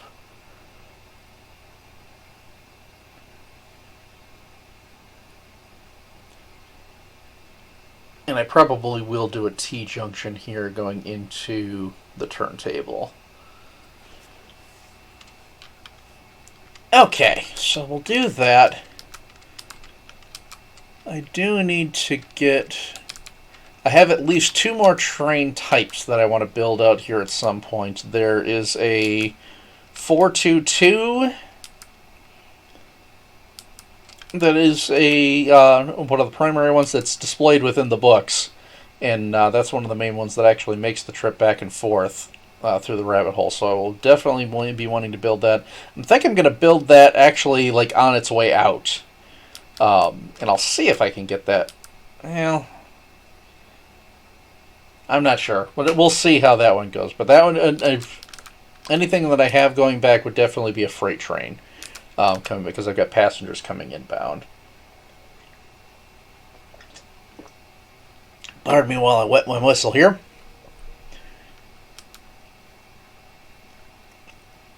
And then I definitely want to have... I will probably have some other small tank engine in here. Maybe a 040 or something. I'll have to look at what engine models I can get, but something small that would be in here with the that would be doing the shunting in the yard. So that would actually be 3 engine types. And maybe another one, maybe I'll copy the same engine type and then put it up here in the sheds. That was the word I couldn't think of, shed. Oh, jeez. Oh, man. I am losing it here. Like I said, it's been a long week, so I think that's why I'm just kind of going crazy there. But yeah, I definitely want to put super smelter here. Okay. Anyway, do I have other spaces where I need to use up?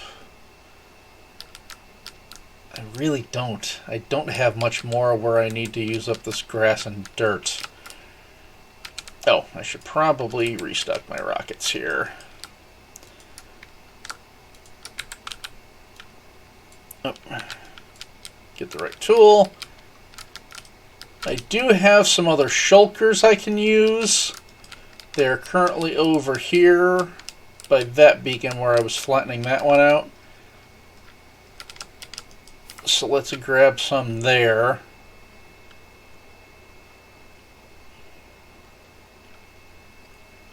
But seriously, if anybody wants some dirt and grass, you can have it. I hate to see the materials go to waste, but I don't really have a need for it. I'm just going to dump these over here where I don't need them. Not that worried about the squid head and that sort of thing right now. Let's see. Yeah, let's just bring the whole lot over, because I'm not really doing much more here. I flattened this out. Then I'll get done this week. I don't even know if I'm done with the beacon here or not, though. I might need to cut back into this a little more, although there's not that much stone there. And the shovel's already on Instamine, so it should be fine there. Alright, let's put this... I'm going to put it on the beacon here as well.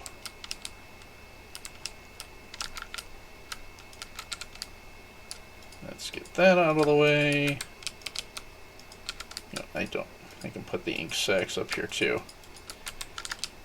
I know I've got a lot of random junk in my inventory for right now, and I'm just too lazy to go dump it off somewhere. We'll deal. Yeah, here. I got 3 squid heads. That's fine. They're gonna decorate the... There. Get them out of my inventory. And I actually can use those ink sacks. Like I said, I'll sell them to my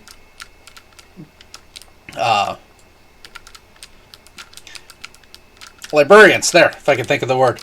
Risbeth, if you need supplies, come and grab it, by all means. You can feel free to come and get stuff. And yeah, Commander, take the dirt. It's fine. You can have what you need. If you feel like coming and lending a hand digging this out, feel free to do that too, but that's not even required. You can take the supplies.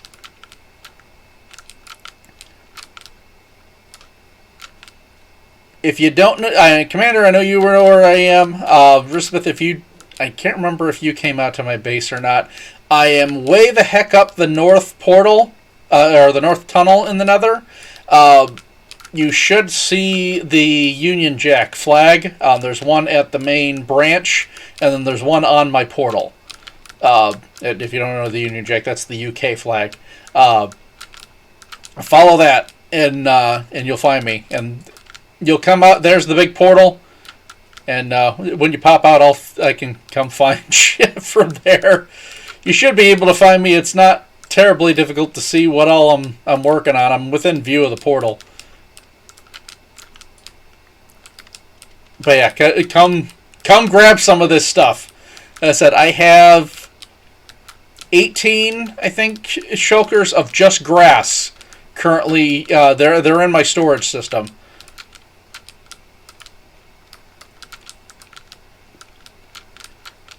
This part I'm not sure what I want to do with yet.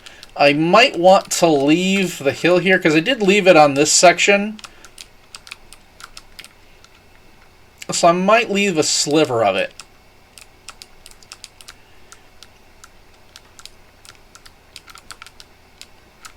Because I'm planning on, when I put up the wall, I'm figuring I'll just kind of loop it around the border here. I may actually end up building this out a little bit, just to give myself a little more breathing room away from the rail line, to be able to set up the defensive wall. So I might fill some of that in.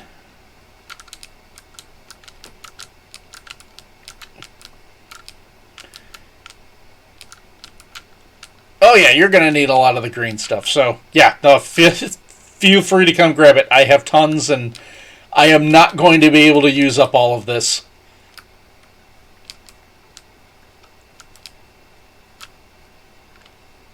Actually, that might be a thought if I do want to use some of it in here. How deep? That does go down very deep. Why is there a fence here? Oh, this is a shipwreck. I think that was... What was it? Dock NS is over there. That... I can't remember if that was me or if that was him. Or them. I don't know gender at this point.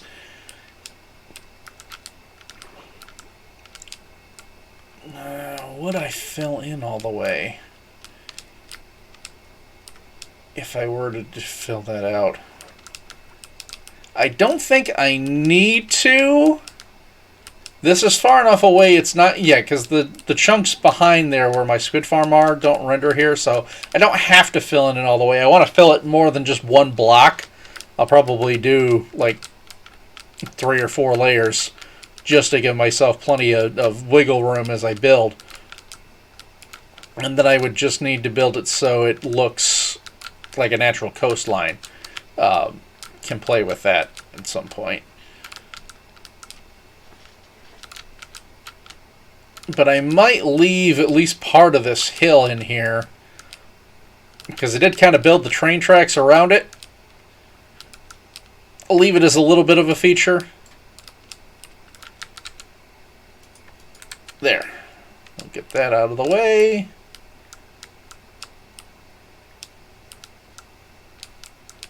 Alright, do I have something else to fill in here? I don't think so. I think I'm just dumping this in the shulkers. I see someone over. Oh, there's Commander. You can feel free to grab stuff. I don't think I have full shulkers of dirt just yet. If you want to organize them to grab that, just bring me the shulkers back. No, you can take the sheep if you want. I don't need them right now.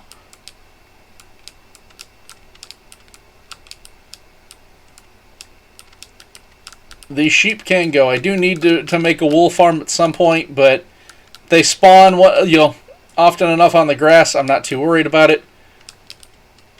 And I do have a small wool farm at my starter base, so I've got enough for supplies for at least basic stuff.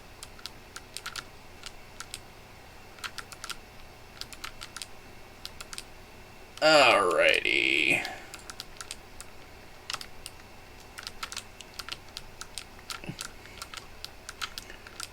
Oh, sandstone. I will need some eventually. I don't need it that much right now. That supply you gave me is holding me over at the moment. When I get into doing more of the factories and the civilian buildings and that sort of thing, I will probably need some. But not at the moment. I should be clear right now. And I don't have that much storage space for it. I have, 6 double chests for it? Yeah, I only did a single row for it, so it's 6 double chests, and I'm probably about halfway full on it right now. Between what I gathered up myself and then your additional injection, I did take some of it and make it into smooth sandstone. This whole mountain pretty much is going to go. So I probably should make a line here. As I said, I'm thinking about keeping this mountain here. Let me at least level this off.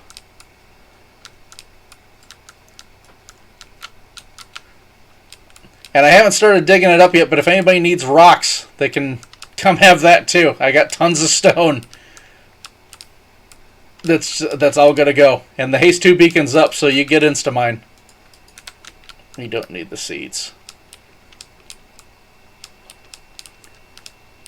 Alright, where is the line here? I need to cut this back so it looks natural, but I can do that later. Let's say this line here.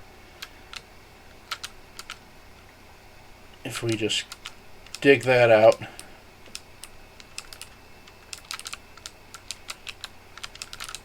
And if I just go from here.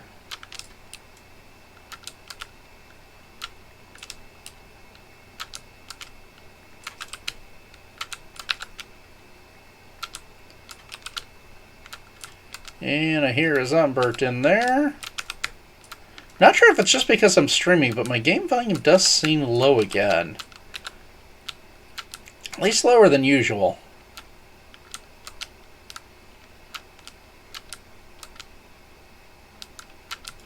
It probably just is because I'm streaming. Okay. There.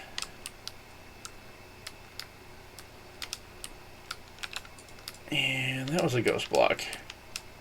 We'll need to pick that up at some point.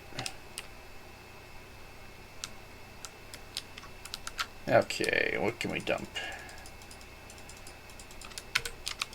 Just hitting the sort of highlights here. Oh. Why do I still have... I'm going to put this, even though it's not the right spot for it. That had to have been from when I was crafting anvils earlier. I'm just going to stick it in there. Don't let me forget that's there. I'm probably going to get a message like 3 weeks later with someone reminding me that I have iron in my rocket box.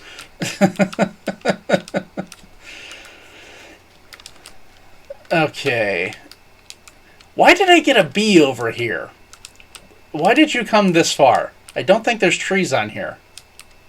Definitely none with a hive. I mean, there's some around, but not right here. Oh, I apparently need to eat. It's just like watching Scar stream.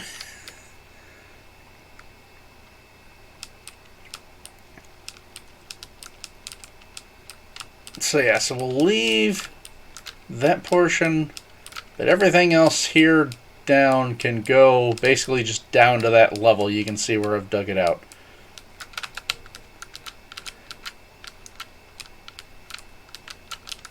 So yeah, you want some stone, you want some coal ore.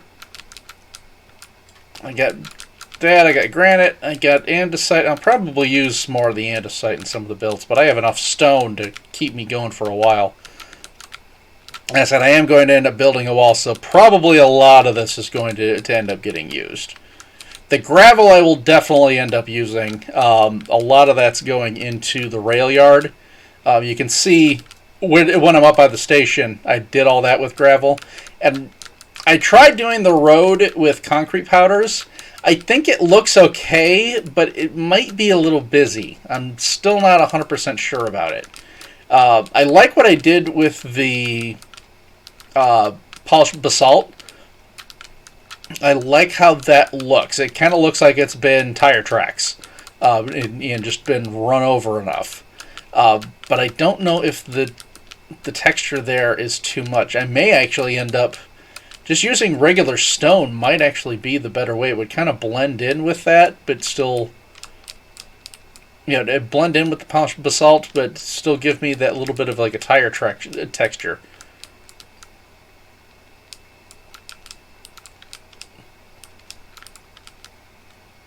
Yeah, so far I haven't had anything jump out of that cave try to kill me yet. I'm pretty sure it's going to happen at some point.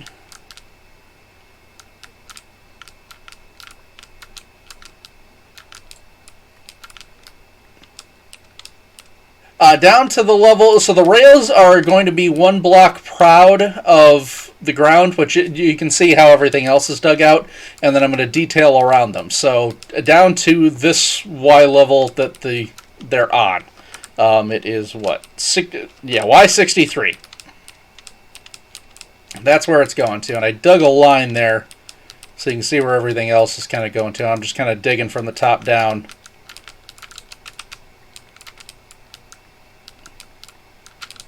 And how am I? Yeah, I still got some space. I was focusing on getting the dirt out first because I was filling in the water, but I don't really have water to fill in at this point. So all this has got to go.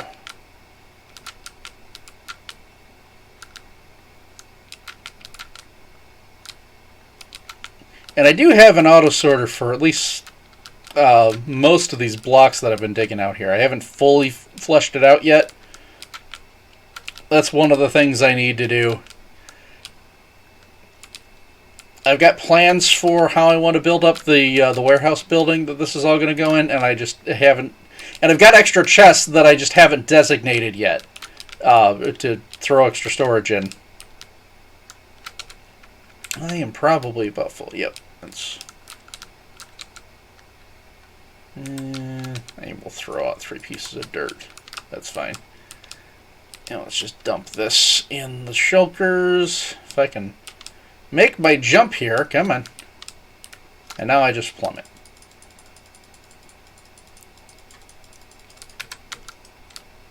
And I don't really have a particular rhyme or reason to how I'm organizing these shulkers. I'm just kind of putting it there, and it'll all just end up getting dumped into the sorter.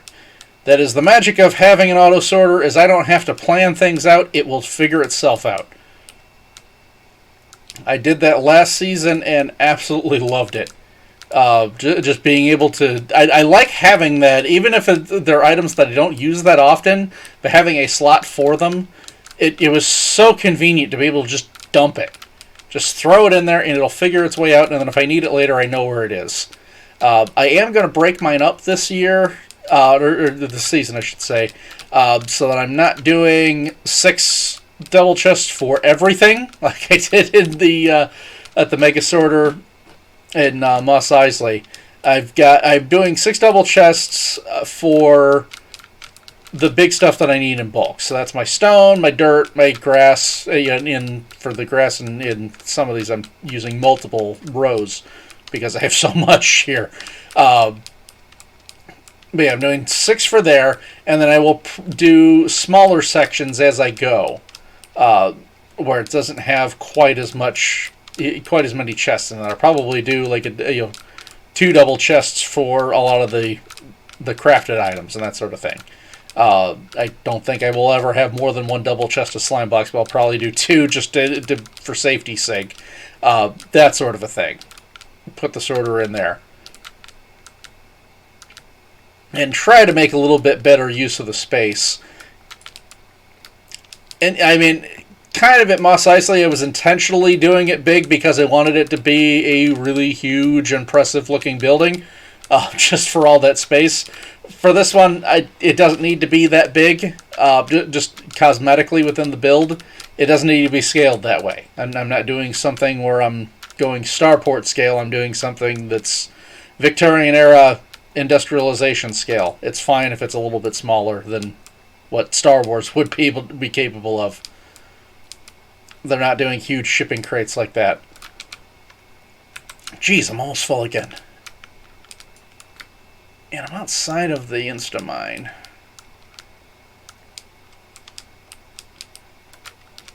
Come on. Should be in range of the beacon there. Maybe I need to move the other beacon on the other side.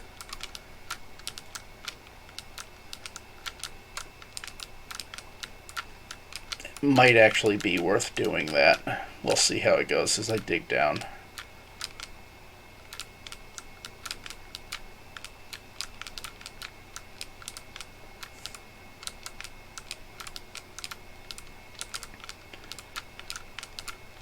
This is a very cathartic, relaxing thing to do, is just sit and just keep whipping through this.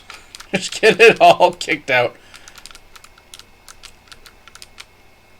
I do apologize, my XP farms probably aren't going to be as efficient for somebody who hasn't You unzombified my villagers. That's my main source of XP out here. So if you're coming by to dig, you might need to do your own XP gathering. Although I could potentially get bottles of enchanting for you. That is an option. Can I get any of those out of there? Nope. Just trying to compact what I can.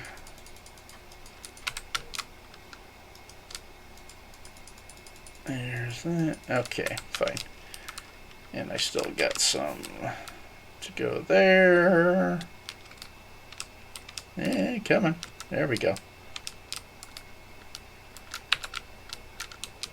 I have not even done any digging underneath these things. I don't know if they're spawners or mine shafts or any sort of goodies.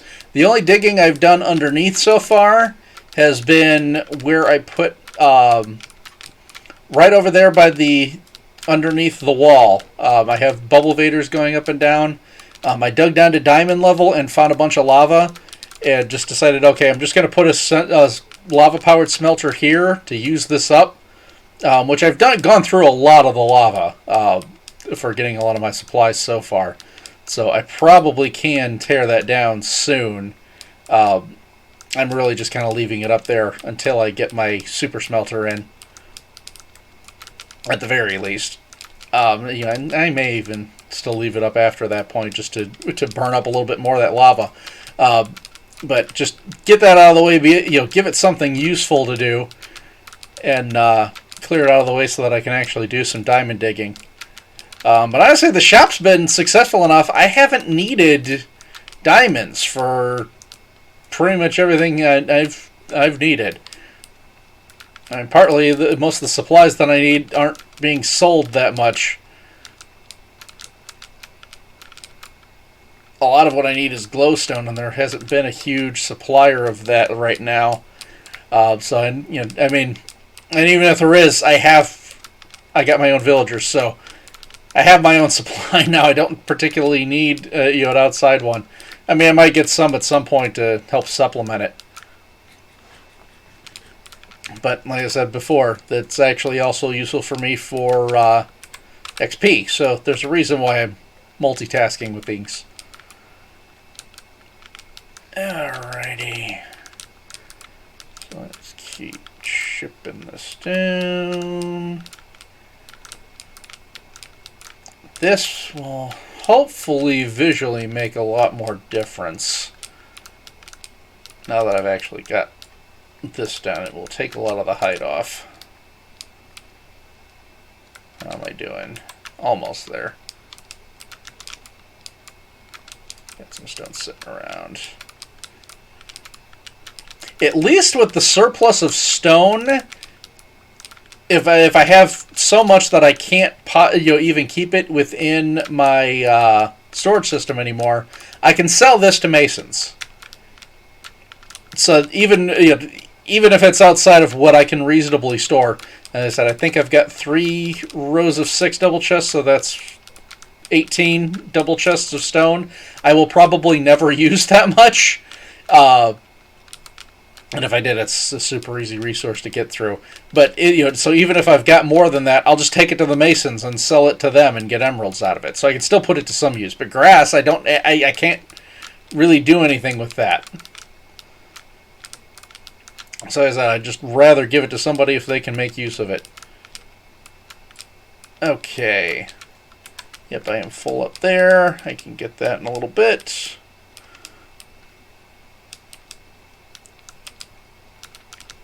Okay. Okay, dump the dirt off there. Don't think I got anything in those. That one's good. Yeah, we'll just throw those in there. Yeah, like I said, I am not organizing those right now. Let's pop up in... Oh yeah, there's still quite a bit to go, but that makes a huge difference. I don't think I'm quite halfway there. I'm probably halfway down the height from where it was, but it tapered at the top, so the bottom is going to be more of a slog just because there's more material. Although we do have these holes going down in here, so that frees up some of it. How deep does this go? Yeah, you're gonna go away. I don't care if you blow up. You're just gonna blow up stone.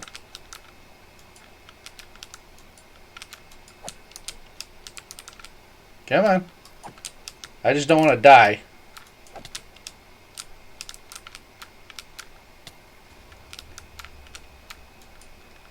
I think he aggroed on the skeleton.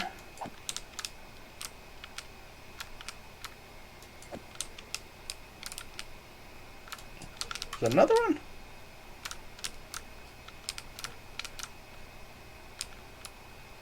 Yep, okay.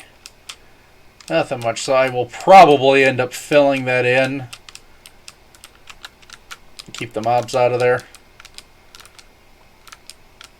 But hey, we'll deal with that when we come to it. Oh, there's another hole. I am actually liking having the holes in here. It gives me one less, you know, that much less that I have to dig. And I don't have any particular rhyme or reason to how I'm doing this. I'm just kind of digging.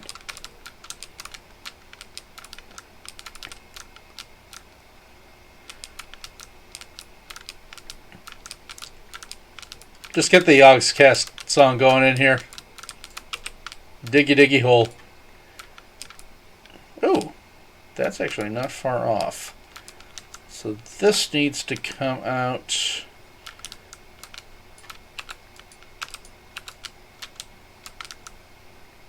I probably should be digging that ceiling out, now that I think about it, before I get rid of my platform, because otherwise I'm just going to fall down.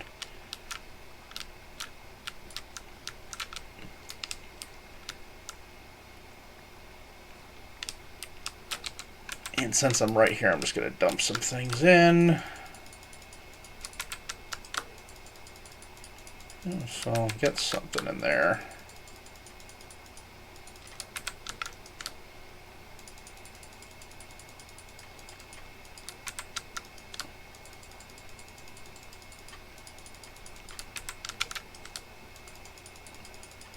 See, like I said, some of these have stuff in them from earlier when I was digging over there. So these have a lot of stuff in them. How much do I actually have?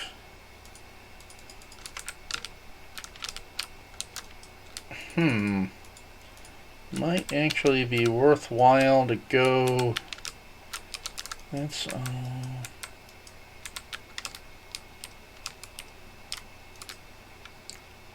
I can throw out the seeds. They just got dumped in there. I'm gonna go put this on there and let it sort itself. I don't know if I'm in range to load that while I'm over there, but what the heck, we'll try it. Put that there. I need a lever. Do I have one in? These are the random chests that I have not. Oh, wait a minute. I have spot for andesite. What am I doing there? I haven't figured out how I'm organizing everything just yet, and I do have a lever. There we go. So I will figure those out eventually. Let's dump those in here. Oh, I threw the... I did not mean to do that. My rocket box. That should make its way over here. Oh, and I'm gonna...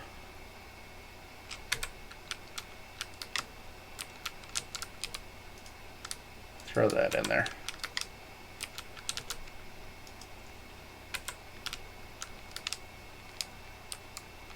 Unless you're stuck.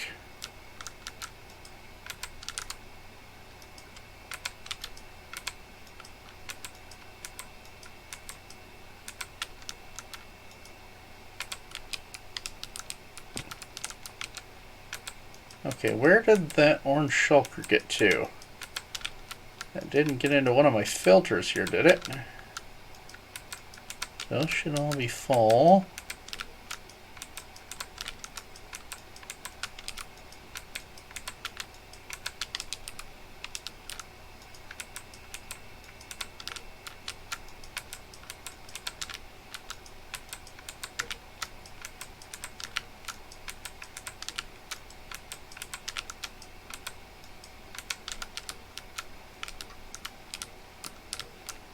And it shouldn't have made it into the chests. Did I throw it in here?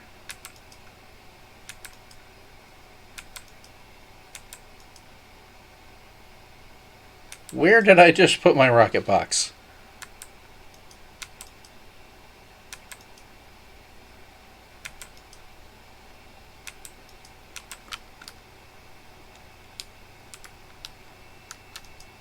I have more rockets. I have another one in my ender chest, but that's going to drive me crazy. Where did that go? No, I can't be in there. I can't put a shulker in a shulker. You'll open up a black hole that way. Where did you go?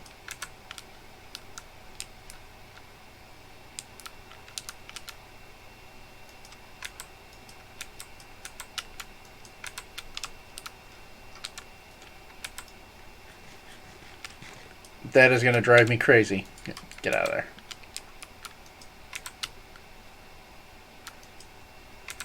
And it hasn't gotten around. Why aren't you coming in there? And that's where the chain ends. Doesn't go anywhere else.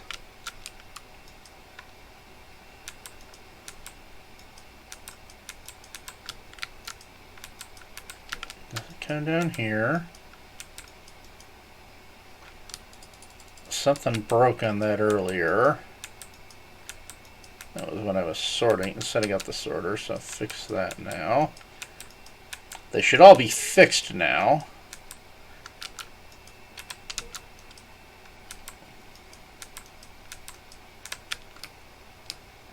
Did it end up in one of these?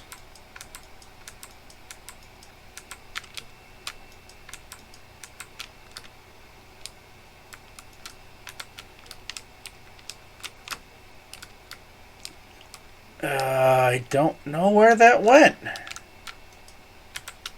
That's where it should end up. I don't know why it didn't. Okay, I'm going to grab the other one for now. But that's weird. You're weird. Why are you weird, sorter? I'll figure you out later. I'm just double checking again. And it's a big orange box. It's hard to miss. I don't think I left it over there.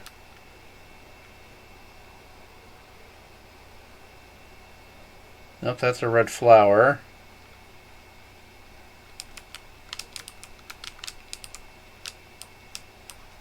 It can't be inside the shulkers. Nope, no big orange box. Okay. That's a weird one. I don't know, you people were watching me. Did you see where it went?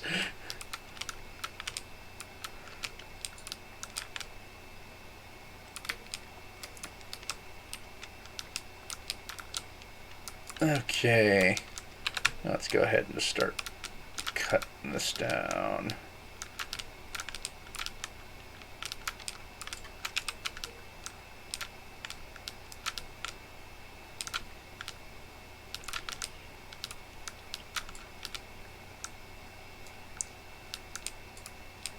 There's that. Dang, you got through quick there.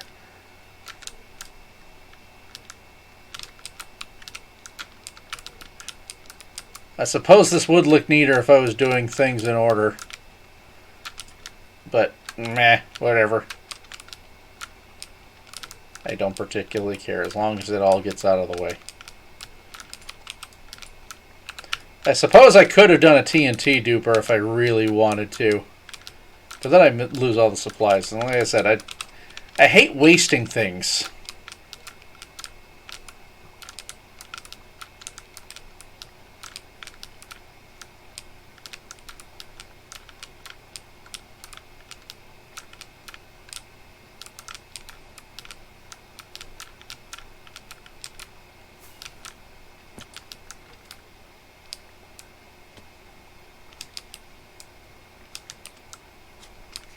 Alright, so gonna have to dig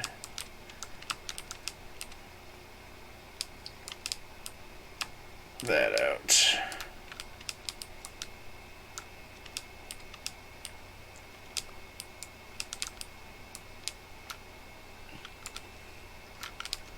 Alright, I'm gonna pop up.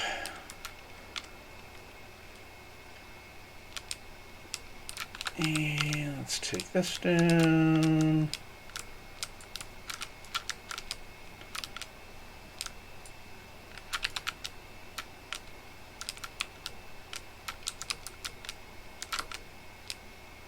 Get right to the edge so I can pop those down.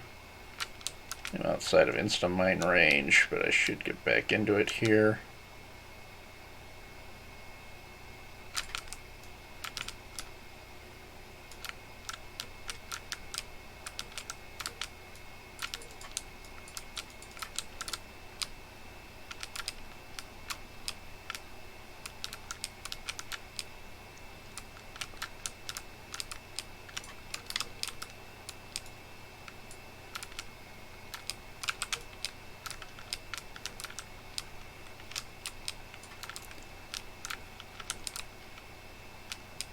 Cut that all down.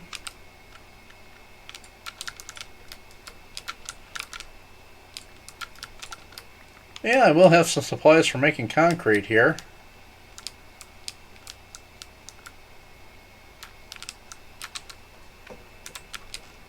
Okay, that's all full. Dump that in a shulker. Yeah, I'll just dump in the empties. That's fine. And I do have some cobblestone. I try to keep a supply of that just because you need it for redstone.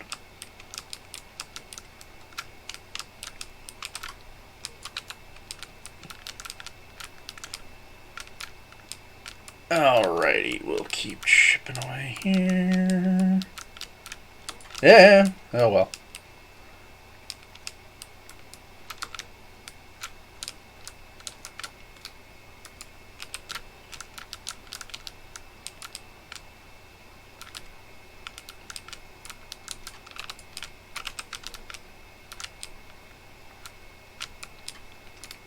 Alrighty.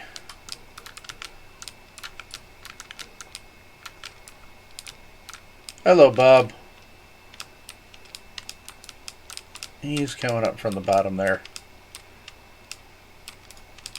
And he's fine just doing his thing.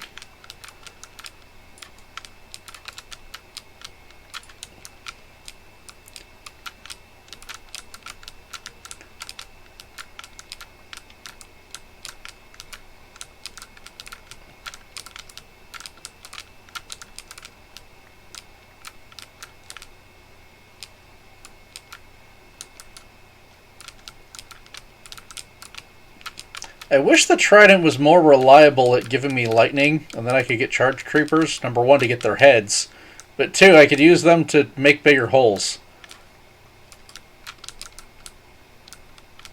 I have a trident with channeling, and not once have I been able to get it to actually shoot lightning at anything.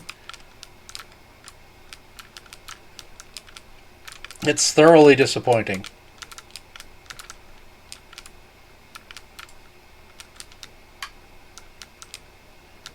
That's another one that I need to go through and enchant, is get myself a bow.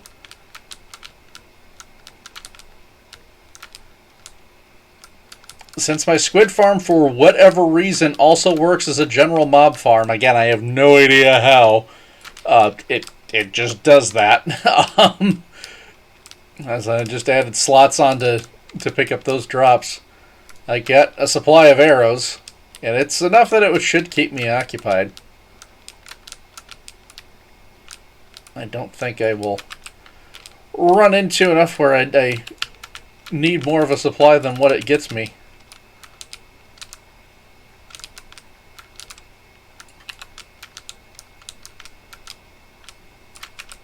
Alrighty. Not full yet.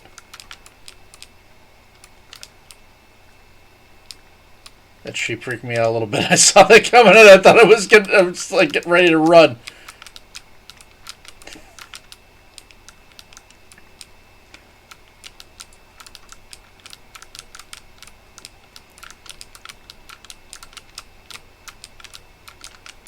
Alright.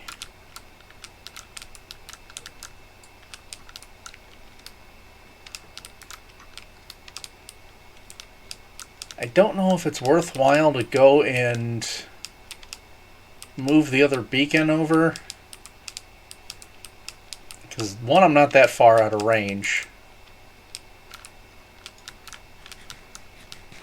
And there's not, honestly, that much left. At least not that much left that's outside of range. I think I'll roll with what I got for now.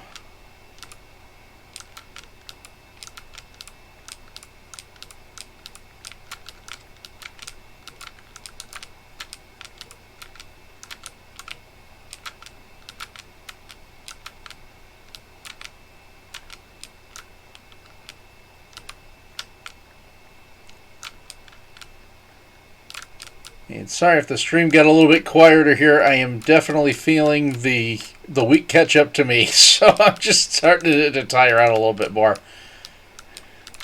I suppose also just kind of getting into the groove of chipping away at things here. Oh, come on. I should be within range there. There we go. Hello, Mr. Skellington. Got him.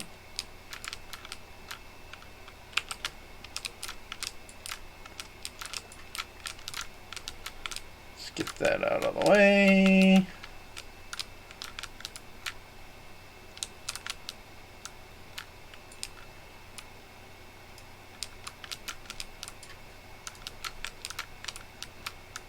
Oh, I see you with your charged creeper head. Now you're just flexing.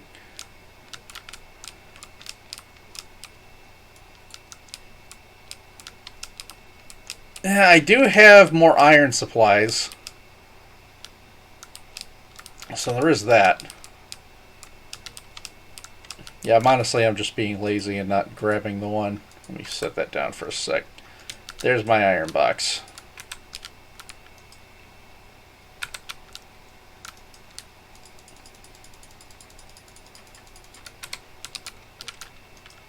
And I've got loose iron in the teal beacon box there if you want to use that to actually run the thing, or just grab a block, whatever. It doesn't matter.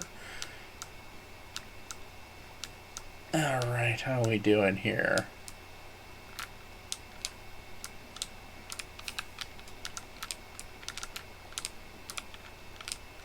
Just keep chipping away. Yeah, that is... Been right along here. Can I reach the hole up there? So far I can.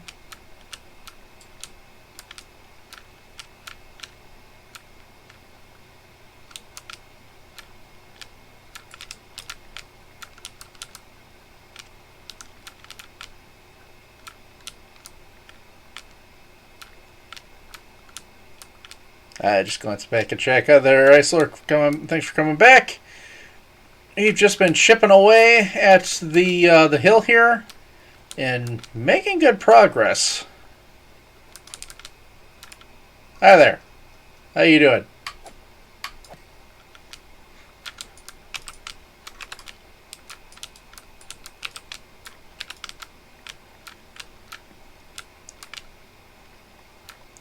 I should be able to pop out the side here. Come on. There it is.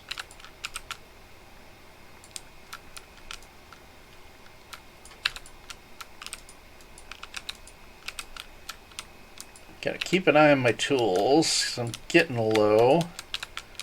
Although not dead yet.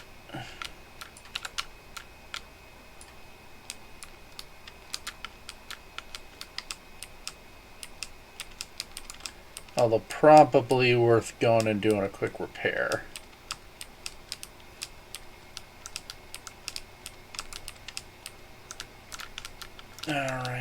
see here.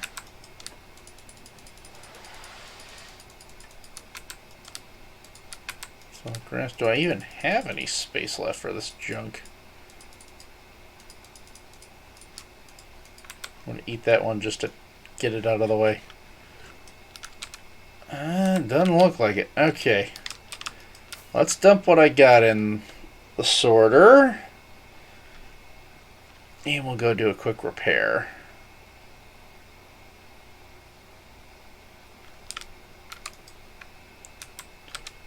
Oh, no, that was the second one I got. I was like, why do I have another box?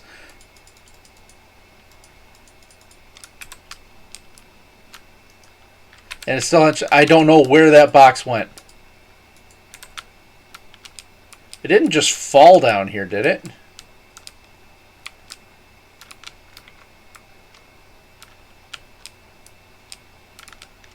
I don't care. I'm just going to throw those there and let them despawn.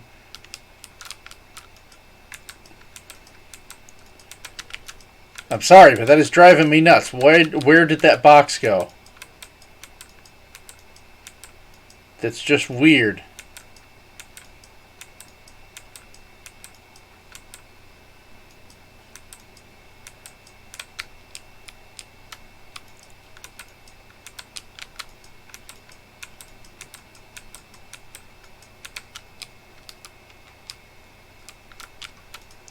And I ain't throwing this.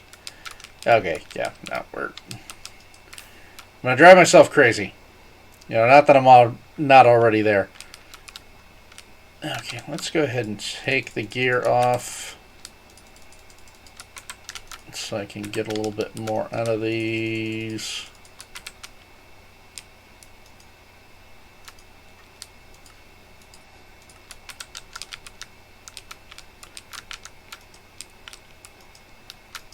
All right. Nope, I don't want you getting out of there. This is technically supposed to be a hotel, but they are kind of like prison cells that I've got these guys in. But I set them up this way deliberately. I don't want them to reproduce in here, and I don't want them generating golems in here. The ones down in the temporary stone brick structure, they can spawn golems all they want because they're not going to be there forever. They're just there until I'm finished with all the breeding. And then they'll get... If they anything left over that's down there, they're going to be donating their heads. Let's go ahead and repair the pick with this set. I do need some more butchers to be able to get more emeralds from here.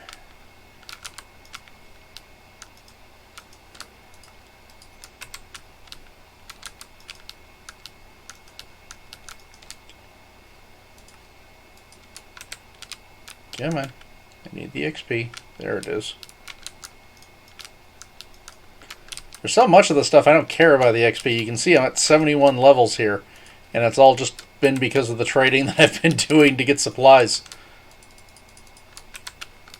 Alright, let's go throw my leftover berries up here. Unless you guys have restocked. I don't think you have. Nope, you haven't. Okay. We'll come back to you later. Let's go throw a little more glowstone down. I have some of the anvils I'm going to have to dig back up again to put the glowstone underneath them. I was just kind of doing the spatial figuring with what I had available at the time. We'll finalize all this as we go later. Oop. Get that one there. Throw this line in quick.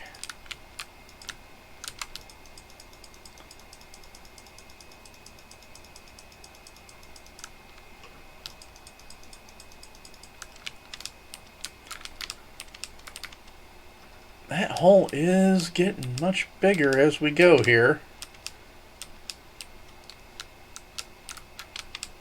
I don't know if this thing's going to get finished on stream tonight. I was kind of hoping it was, but I wasn't holding my breath on it. Although having an extra pair of hands to help definitely makes this go faster.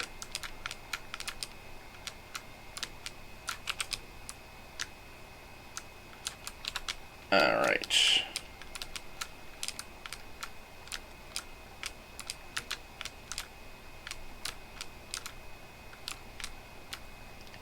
Although it's probably going to take me a few hours to figure out where the heck that stupid rocket box went. Because that will bother me. I'm not worried about it while I'm on stream, but that's going to bother me until I find it. So you guys know what I'll be doing for the next few days here. Well, at least not during the build battle. We're going to be doing that for the Tier 4 meetup this month, rather than doing the tour on the server. We're going to go do each going to have a 1 hour, and we'll get some sort of theme that we're going to do. They're going to do that on a separate server, and we'll build in what do they say, 4 chunks if I remember correctly. So it'll be some sort of small build. It should be interesting. I did have fun with the last one we did. Huh, I can actually get that with a jump. How about that?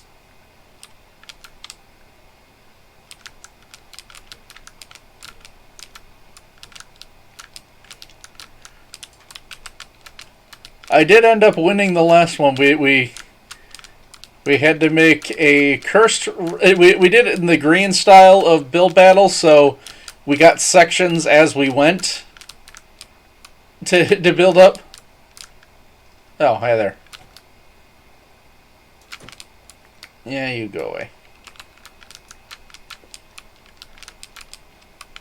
But so what we ended up having to build was a giant raspberry with humongous eyes under a curse.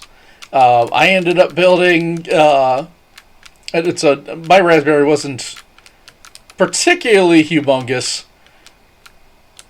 And then it ended up getting swapped out. But I think the part that won it for me was for being under a curse. I built a blanked out swear word.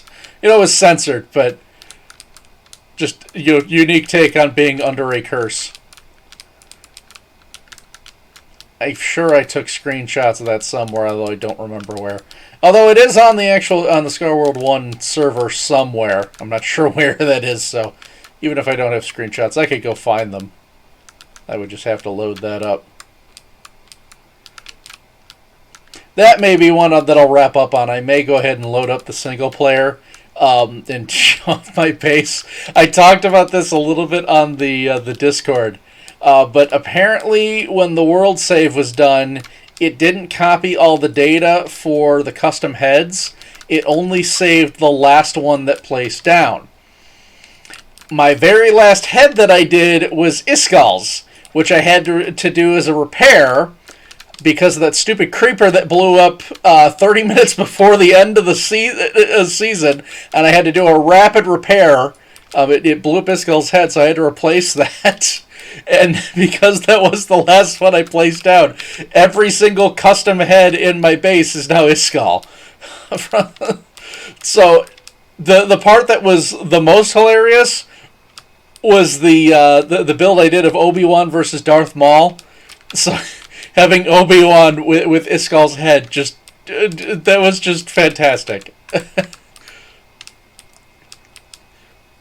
If you missed it, I did post the screenshot in there that just had, "Hello there!" Oh, let's see. That's right, these are full. What am I doing here? I suppose I can dump these off, too. I got 4 double chests. I got enough to throw in there.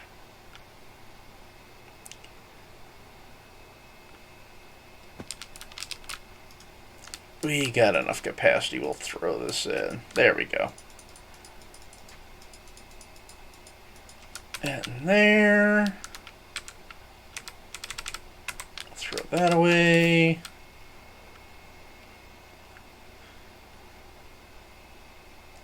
that is about halfway done. At least as far as what was left. So, yeah, huge, huge progress. That is really coming along here. I am going to have to take some of the supplies and fill in those caves a bit. As I said, keep it down so that at least I'm not getting spawns within earshot of walking around. Don't want to ruin the ambiance of things. So I can do that, but that can be grabbed from the supplies I got in those shulkers. I don't think I'm going to need to make another run from anything anywhere else. Let me grab a quick drink here. Ah, there we go. Oh, geez, we are getting on past midnight. At least my time. I don't know what time it is for everybody else right now.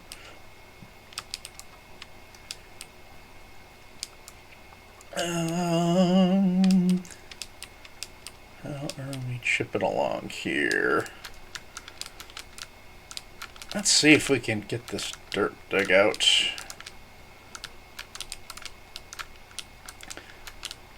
So yeah, Commander Chris, I don't know if you got enough dirt for your, to make you enough of a fun guy. But hopefully you got the supplies you need from here. If you need more, I got, like I said, I got only a single row for dirt, but I got 6 double chests in there. I'm probably not going to use all of it, and if I need more, I've got more from things I'm going to be digging out, so it's not a big deal.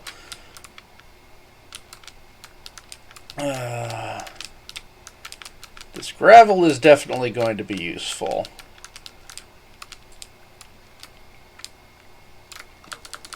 Hey, there's Elizabeth. How you doing? Alrighty, so yeah, if you got time free, feel free to chip away at stuff. If you just need to grab supplies, go ahead and grab them. They should be available in the shulkers there. Have I dug down far enough where we can reach all this with... No, we need one more layer off the top for that. Let's get that dug off.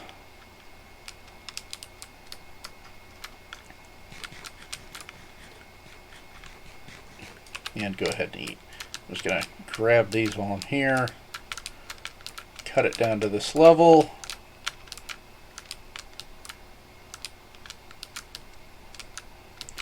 And just grab what I can stand on here.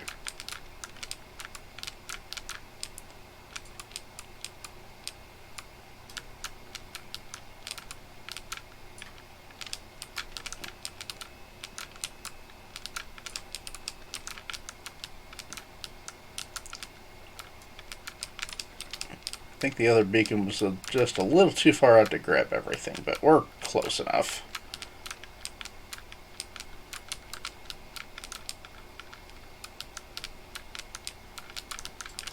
Oh, good, more gravel. That is definitely going to be needed. I don't know if I'm doing the entire rail yard in gravel. I highly doubt it. That would get a little too samey. Even if it probably would be more accurate. I talked about this before, but you would want to have a lot of your grounding around, at least immediately around where the tracks are. You'd want something with good drainage. So it'd usually probably be like quarterstone. But gravel's probably the closest Minecraft equivalent as far as how it looks visually. But you want something solid where so the rail's not going to sink in on itself, but you want it with a really good drainage so the water can just flow down and away from it. Keep it away from the rails, keep it from sinking, cause it a sinkhole or anything. That could be quite devastating.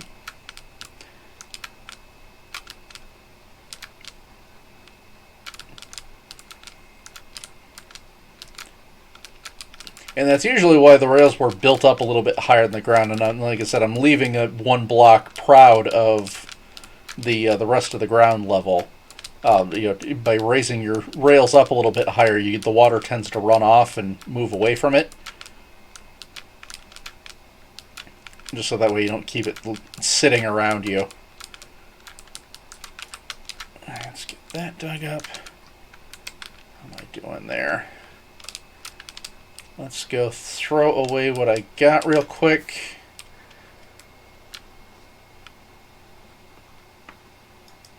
We'll dump it in the sorter just because I have some gravel there that I want to grab. I don't know how much of this is actually grabbing.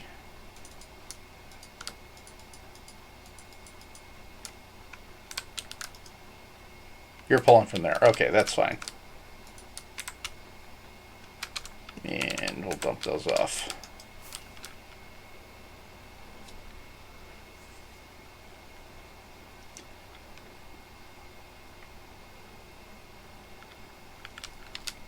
Let's get that gravel out of the corner.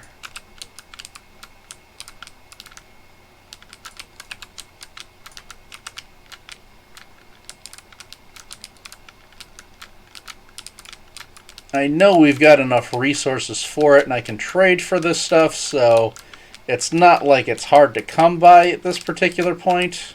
Especially with the piglins, you can just trade for it from them. But since I have to dig it anyway, and I'm going to need it, I might as well grab what I can.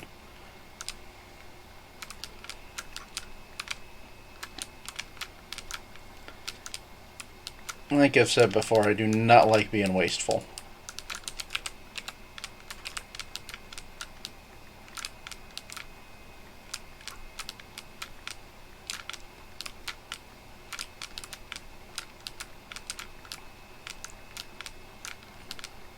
One of the things, if you think about it, dirt is really a fairly finite resource within Minecraft, if you really do think about it.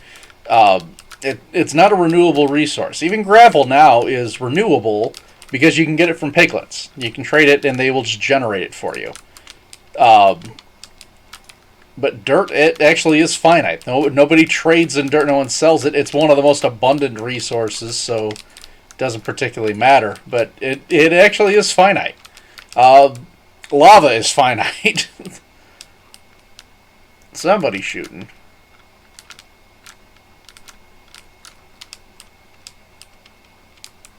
I don't know where they went, but that's fine. But yeah, there are a handful of resources that are not renewable, that are still finite, and dirt is one of them. It's kind of weird to think about.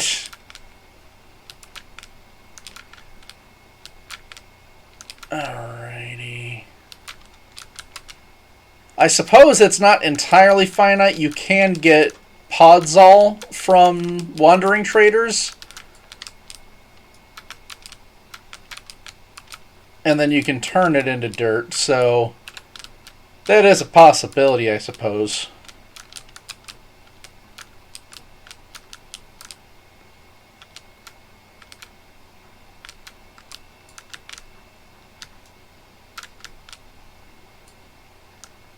It would still be very rare, though.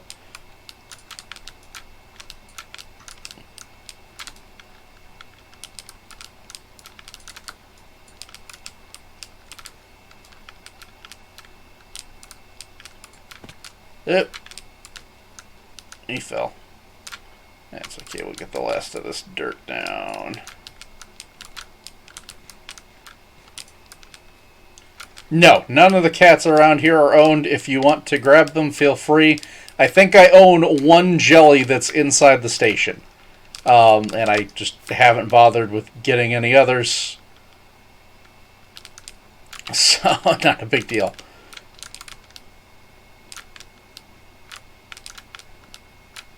Yeah, if you want to claim any of them, by all means, feel free. And I believe as long as I'm still here, if you warp, they should TP to you. I think I just have to make sure I keep the chunk loaded.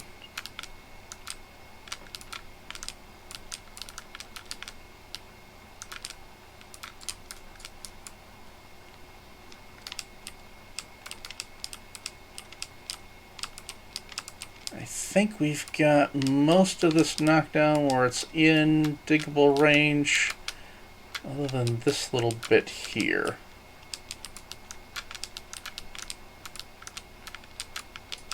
There we go. And there's this big old hole that I will fill in eventually.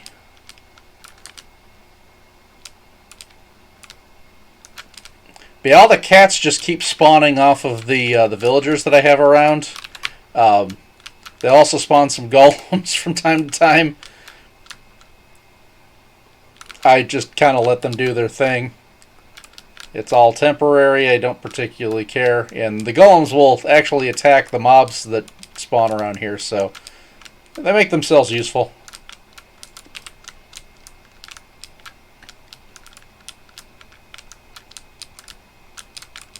Alrighty.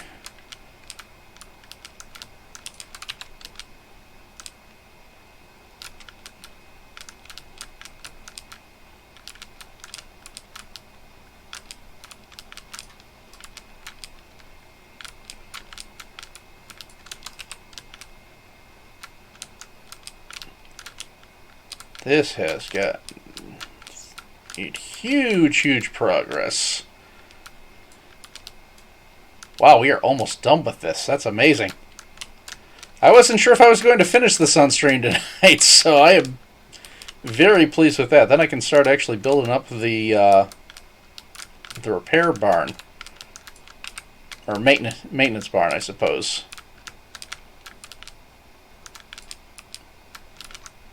And I figure that makes sense to keep it real close to where the super smelter would be. I'm going to build that up so it looks like a Bessemer furnace, at least for the input. So it will be appropriate to the theme. And I do want to try to make that functional as far as the actually inputting the supplies into there.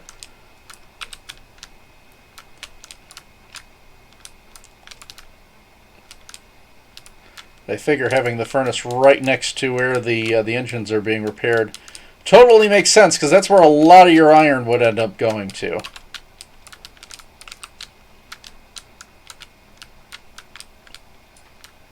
I just need to fabricate parts and that sort of thing.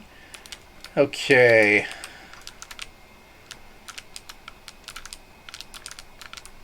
Ship away here. Gotta watch my tools, but they're not too bad. I think we can finish this. I don't know if I'll need to do another repair round.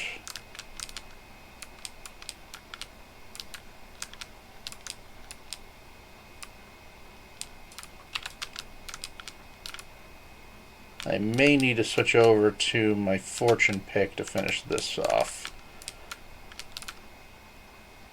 But I think I can finish with the shovel. There's not that much dirt left.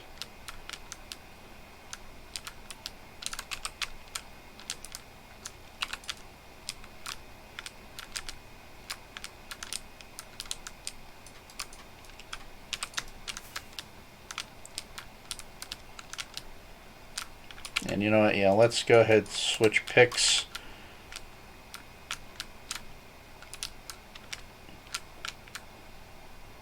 Just so I don't risk breaking that one, because netherite's expensive.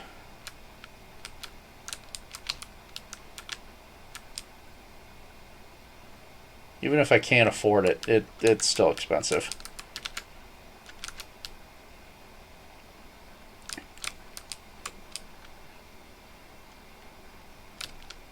And I hate that netherite is so expensive, because I love how the netherite blocks look, especially for this base, be it, you know, steam tech and iron and all of that. It looks fantastic, and I really wish I had some. You know, I could get it more prevalently to use it as part of the engines. I think that would just look phenomenal. The polished blackstone is a reasonable facsimile for it. It's more kind of like pig iron, which works for you know, certain aspects of the engines and that sort of thing. But yeah, I really wish I could. The netherite stuff was not so expensive, so I could make better use of it. Because it is just a fantastic looking block.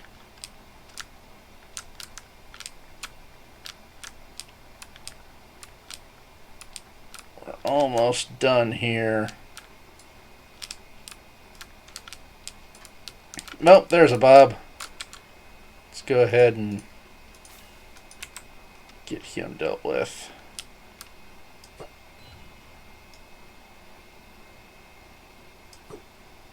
Hey. Go away. There you go.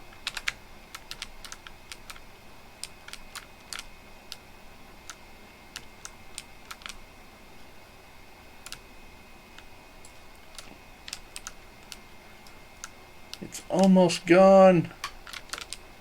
A few blocks. Oh, really? You're kidding me.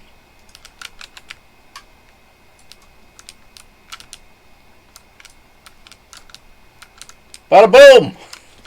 Holy cow! That was a huge hill! I mean, you kind of look at the things, and I knew that was going to be a project, but you kind of look at it, it's like, oh yeah, sure, I'll just knock that down. And yeah, that was almost 3 hours. And the only reason I got it done that fast is because I had help. So thank you very much, guys, for jumping in out here and helping. That is really appreciated, and that is really cool that we got this all done. So yeah, if you need blocks, supplies, grab what you need. I got more stuff over in the partially constructed brick building over there by the portal. That is where the main storage facility is. If you need grass, I said I got 18 shulkers full. You can grab what you need. Just bring the shulkers back whenever you're done with it. I don't particularly need them right offhand, so I'm not that worried about it. I'm going to go dump what I have in there while I'm at this.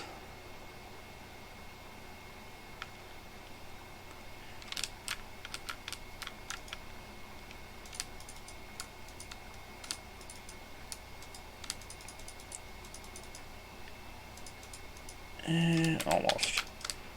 We'll throw this last little bit in there. I'll throw that bit out. I really should have a, what am I thinking? Composter. I should really have a composter by here just to make use of what I can. I have one over there. It's just not right by my storage. Oh, wow. Let's go ahead. I'm going to get the maps here and get those updated, because that is going to be useful visually.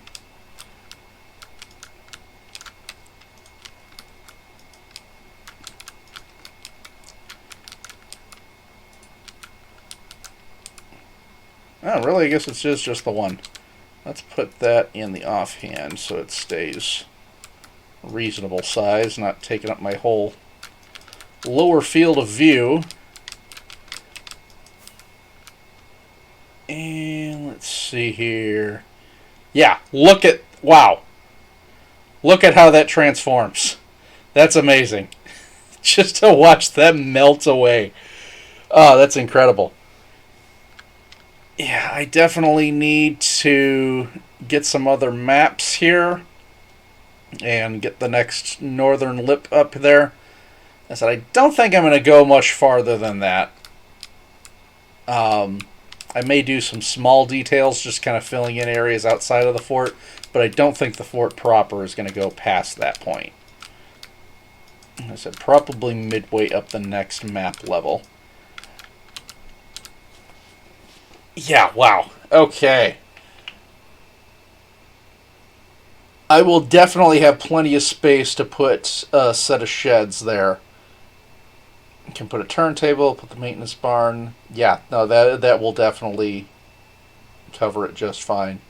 Oh, I suppose I can pop this down real quick. I think I'm still in range, and it'll update. Maybe. Almost. We'll almost update that I filled in the lake there. There it goes.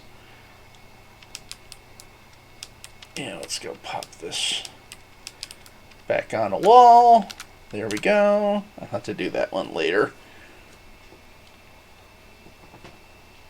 So, yeah.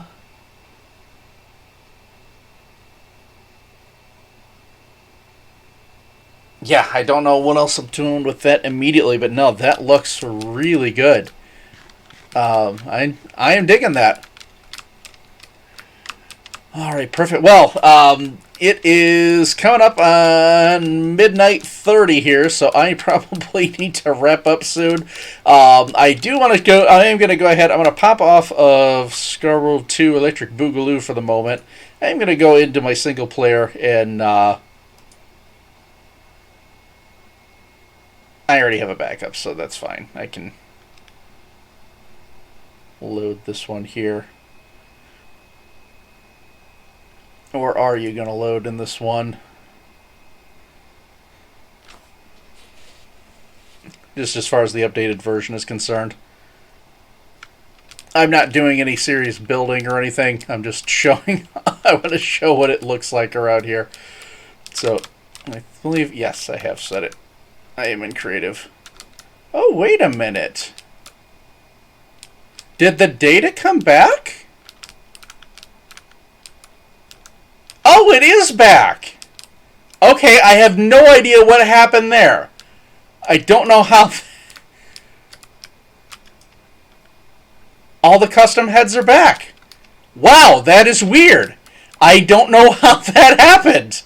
But yeah, the first time I came in, everyone was Iskall. I mean, R2 was weird because there was 2 Iskall heads on there. It looked ridiculous. It was just hilarious. But all right, well, anyway, yeah, this is. I am now in creative, back in my old Scarworld 1 build. So yeah, I can show this off, and this is, if you are on the Scarworld, there is a link for this way the heck back in the mods, or in the S-Mods channel, there was a link for it. If you don't find it there, or you don't have it available and you wanted it, let me know. I can get you a download. I can figure that out. We'll get that set. Yeah, just all the, I mean, this is just from my builds, and you can see the detail that I put in here, but this is the entire server. It is available. To take a look at for things. So yeah, if you wanted, again, if you played on Scarworld 1 and wanted to relive things, if you didn't get a chance to play on Scarworld 1 and wanted to check things out, you can get the world download. You can check things out in here. Yeah, this was such a fun place to build on. Yeah, there was my hidden scar on the sand crawler. Okay, I don't know what happened, why the head data suddenly updated. But alright, it works now. That's weird. That is really weird. I mean, the nice thing there, especially, is that it now becomes available for anybody else who had done custom head stuff. And yeah, and you can see just how much the map area, how much the space was from my last base, and you can see kind of the direction I'm going now. I don't do small bases.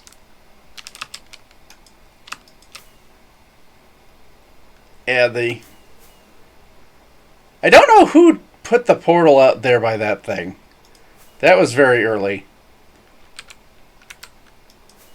But this is faster with doing this rather than the run speed.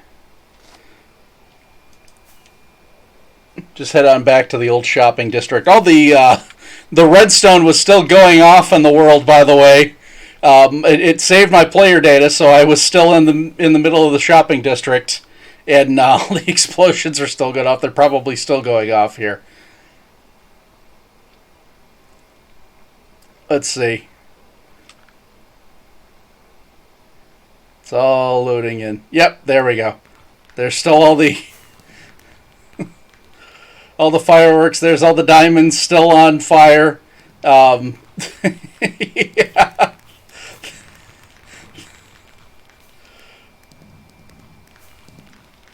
And I'll probably just leave it like that. I mean, I don't really see a reason. It'll run out eventually.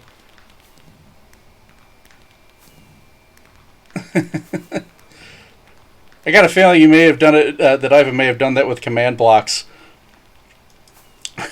where it's just got those going off.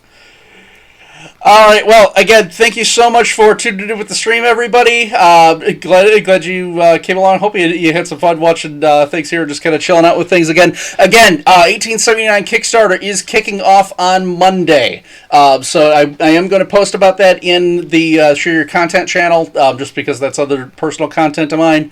But yeah, no, definitely if you can support the game, very much appreciate it. If it's something you're interested in actually picking up. And you'll actually be able to get the books at a discounted rate through the Kickstarter. So if you do want to get into it, by all means, check that out. Even if you can't, if you can just share the link, anybody else that you know that is interested in role-playing games and that sort of thing, we want to pimp this out as much as we possibly can, try to get some things set up on there. So again, thank you so much. I hope you guys appreciate it. You had fun coming along here, and I will see you guys next time.